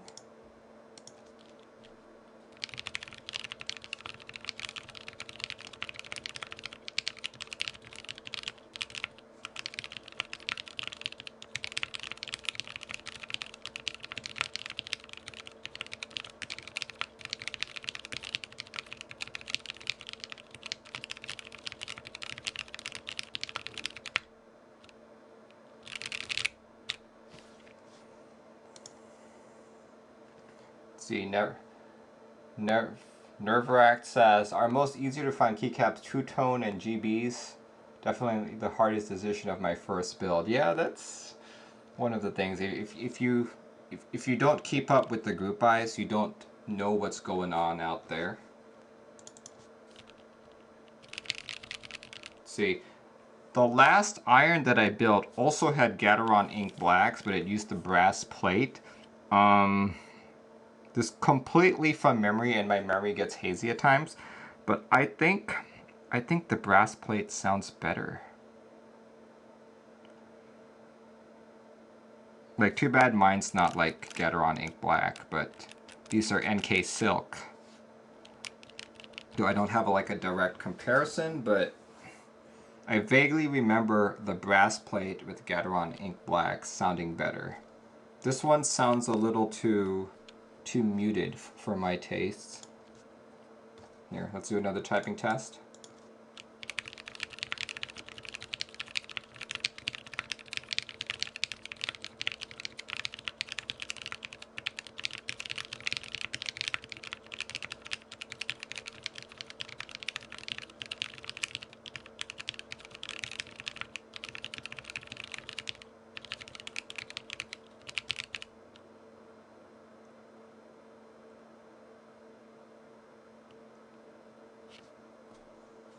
JBags, I don't let people just post links in chat because people have abused that in the past.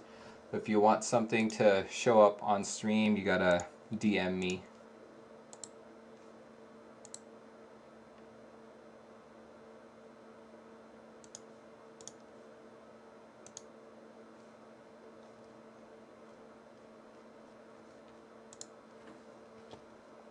Alright, we'll do a last typing test and we'll end the stream.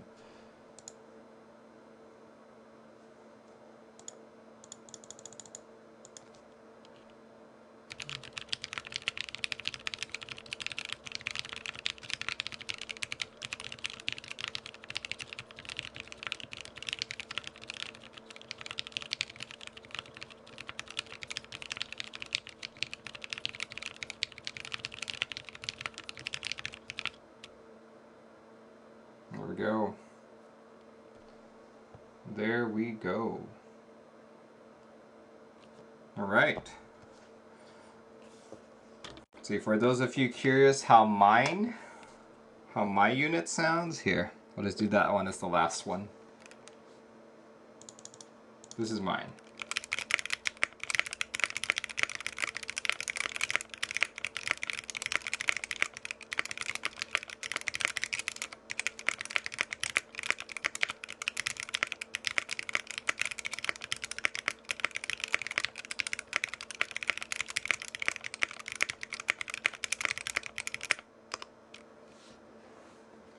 Peppy Toad says it actually almost sounds like it's plateless except for the space bar.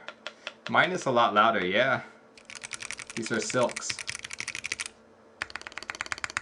What is different about the build? Mine is a brass plate with NK silks, and I'm also using GMK olive, whereas this one is a POM plate with Gateron Ink Blacks, and it's using HK Gaming keycaps.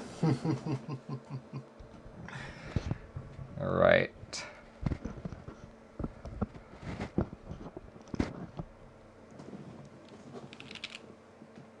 I like both. I like both for different reasons. See, Patty says, "Did you add lube to the silks?" No, I did not. These silks were given to me by Novelkeys, so I wanted to try them out when they first came out. Nerve-Rack says, "I'm using browns," and she complains about how loud it gets. I'd say mine are actually softer than browns. It just particularly sounds louder because I have the mic pointed right at it.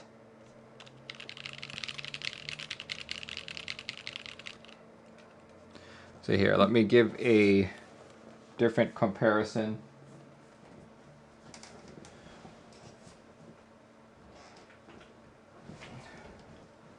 Okay. Those are NK Silks. NK Silks are also made by JWK. This board uses alpacas, also made by JWK. So